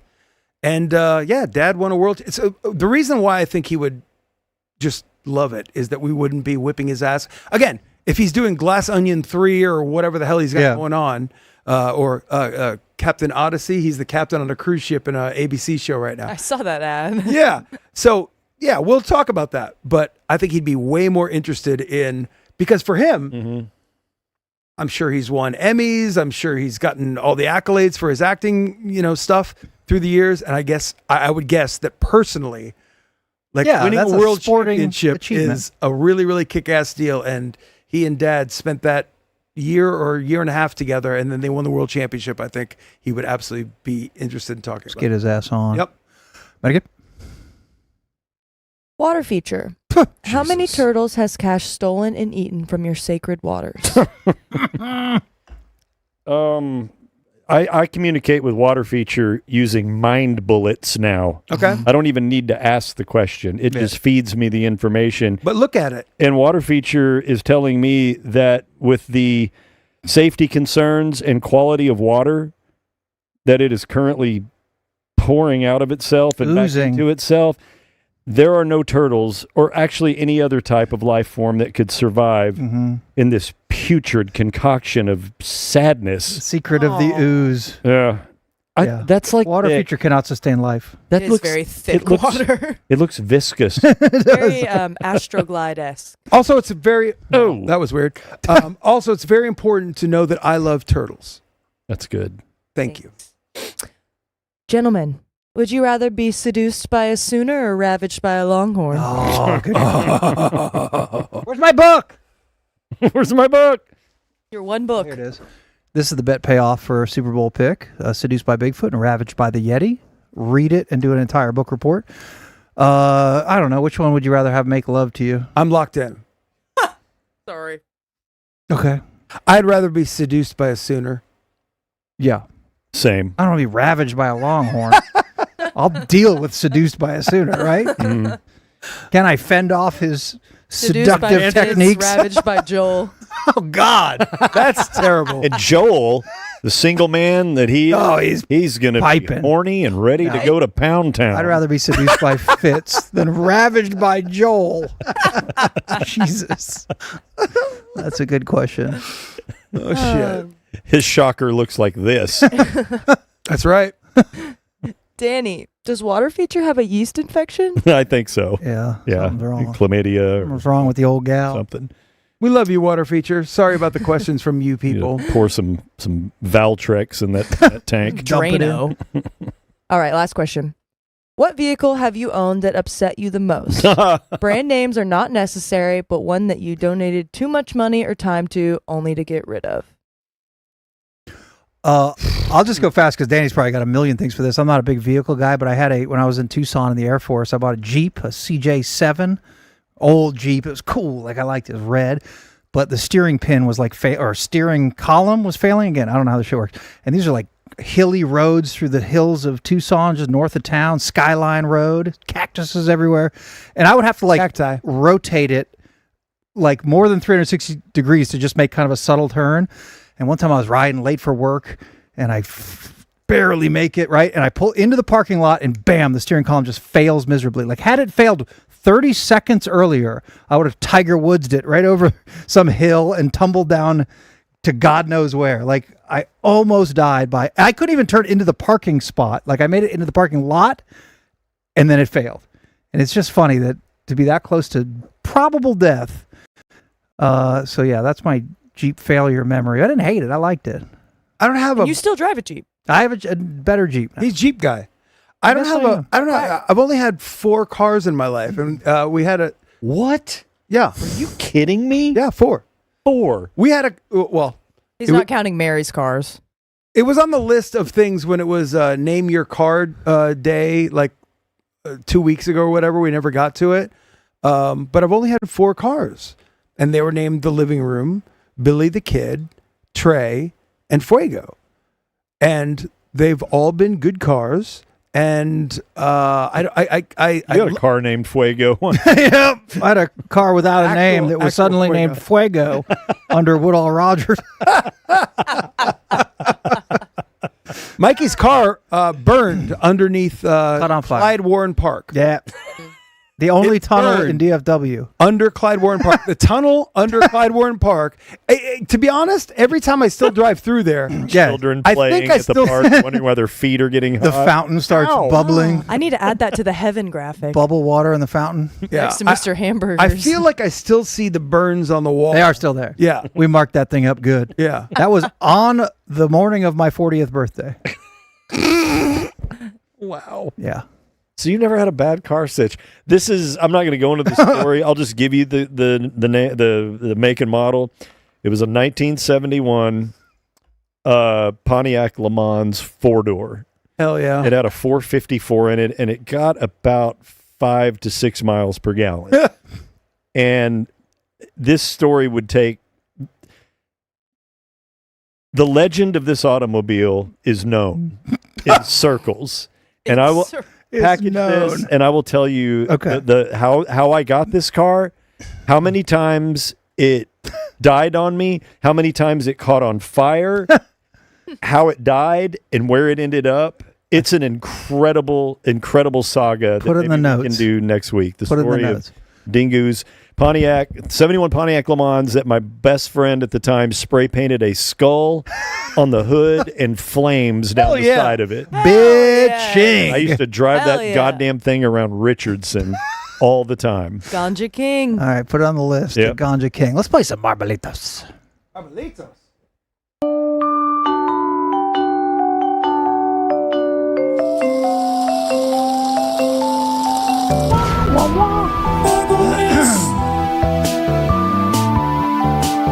Place your wagers. Is it fun? Yes. Oh, shit. Who knew? Cause it's a marble race. Yeah, you're cranked up. Marble races are a Twitch exclusive. First thing I looked at, I opened up Twitch and I see Vita Time. Hi, Mama. Party time. Hi, Mom. I talked to Mom today. Hello, Mama. Her and Debbie were doing a 500-piece puzzle today. Whoa! Just chilling in the lobby. That's hot. Chilling in the lobby. Hot. Shout out, everybody at Presbyterian Village North. Shout out. All our late night boys and girls partying late. If you want to have a marble in this race, you do have to be on Twitch, twitch.tv/Saroy. If you're there already, all you have to do is hit exclamation point play. It's just that easy. If you want to jump over, log in. It's not that bad. Twitch is a cool website. You can watch all sorts of things. And if you like watching gaming, that sort of thing, that's certainly one of the primary options. But there's also people just hanging out, chilling. If you want to see girls in bikinis in their inflatable hot tub in their living room, they have that too. Don't forget to like it on YouTube before you leave YouTube. Yeah, don't be scared of the Twitch switch. But if you are on Twitch and you want to play marbles, it's quite simple. All you have to do is hit exclamation point play, and you're going to have a marble in this race. It's on a track. There's some gravity involved. There's no skill whatsoever. All you have to do, exclamation point play, your marble will be in the game.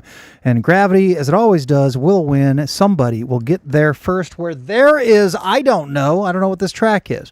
But somebody's going to win this thing. If you do win 3 marble races, you are going to win $500 cash in your pocket and $500 to any charity you like. $500 to your favorite charity as well. Somebody, Coco Gorilla 1310, is sitting on 2 wins. So if you see that marble near your marble, go ahead and bonk him off the track and save us a little bit of money for at least another couple days. But yeah, exclamation point play is all you need to hit. Get in this thing, and there you go. And you're going to maybe win we're something. starting on a flat surface. Look at this map. So we're going to start on a Plinko. We're going to go down, choose your death, and you're shooting at a target. Okay. Oh, Mikey. I know this one. This used to be the classic first board. So the way this one works, Madigan, the order of finish does not matter. Ooh. It's who's ever closest to the middle of that target. He's right. He's right. That's who wins. So yes, fun. At the end of the race, you're going to want to be right there or even closer. How you just zoomed in. You could be the last person to get to the target and still win. Yeah. This is just about Sheesh. accuracy. This is not about speed tonight. Everybody enter. It's a marble race. I'm in. Fun. We got a final? You need to get in. We do not have a final just yet, but it is looking very final. I will give you the score here. And it's 34-17. 5 minutes to go. Gigantes have the ball. Hell yes. How about that? Fuck the dumb zone. 0 for 1, My dumb favorite zone. marble of the day is this tentacle. Who got the tentacle? Yeah. Who got the tentacle? Who got the tentacle? That's bad. Who got the Who's the calamari? octopus? Exclamation point play. You'll have a marble in this race. Just hit it if you're on Twitch. We discussed today one of the payoffs for the dumb zone thing is a bee beard. Oh. Potential bee beard. Which you didn't hear about this? No. Yeah. I don't know why it came up. Well, I was into it when we were live on their cameras, and then I Googled it and thought about it. I'd do it. If it's a professional doing it, I think I could remain calm while the bees are being applied. But what if one allergic gets you to and you bees. instinctively go like this, No. and then No. 60 of them get you? No, don't do that. Well, you're saying don't do it, but if you get stung in the effing neck, No, Cash. just survive. Deal. What, lock your hands out and Yeah. ting, ting, ting. I Yeah. just got stung 3 times in my throat? You won't get. It won't be 3 times. No. How do you know that? You're not bees. You don't know anything. I know bees. You're not bees. You're not bees. Don't know any. Like, it sounded like a fun idea, and I'm like, yeah, I'll do that, but then, I would like. And then it goes south, and if you go like this, or if you sneeze or cough, I feel like that is and the next thing you know, you're again. I'm bloated face. I'm all about the 24-hour stream because I think that is insane for anyone to have to deal with, and it would be great for the listener/viewer. But that being They said, would be sick of us after hour 2. Yeah. it doesn't matter. It's about the fucking marathon, man. Okay, man. Bee beard. Think about it. I want bee beard. You would do it? How about bee underwear? No, Oh, now. Now he Well, draws that's the the line in lie. the sand. you do bee arm, The crotch is the face of the lower body. Madigan. Ladies True. and gentlemen. No one's going to tune in for bee arm. Okay? Arm. Beer underwear, or bee Bee underwear underwear. maybe, but bee beard is the El Clasico of the bee wearables. The Michelin star taco. Exclamation point play. We're going to start this race in 10 seconds. Let's do this thing. And I'd like to use a portion of these remaining 9 seconds to wish each and every one of you very best of luck. Again, not about speed here, accuracy. Just throw a fucking strike for one time in your dumb life. and you'll be on the board with a win. 7 seconds from now, we start this race.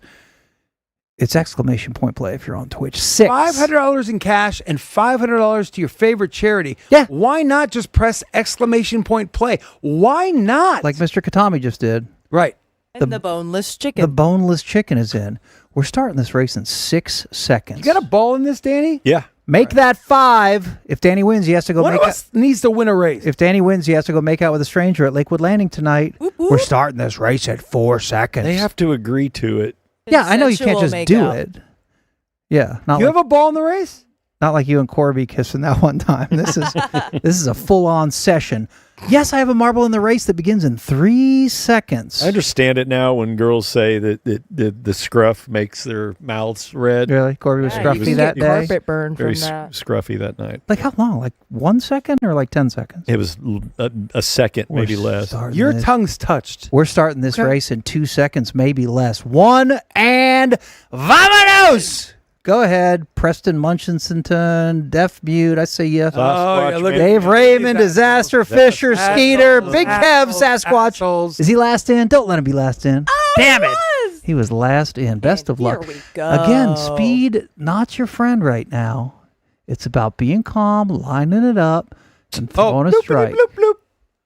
Fall down, go boom. Throwing a Go, strike. go, boom, boom. Remember last time we had like 14 people that actually finished? Yeah.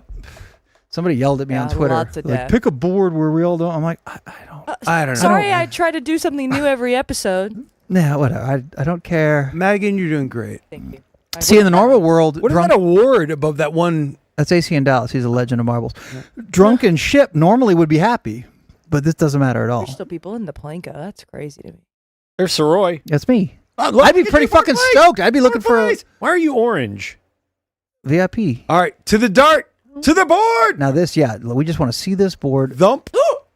I mean, that's fine. Thump, But I thump, can thump, win. All right, thump, get in thump, there. thump, Damn good. Get in there, Get in Madigan. the middle. Get in the middle. This can change.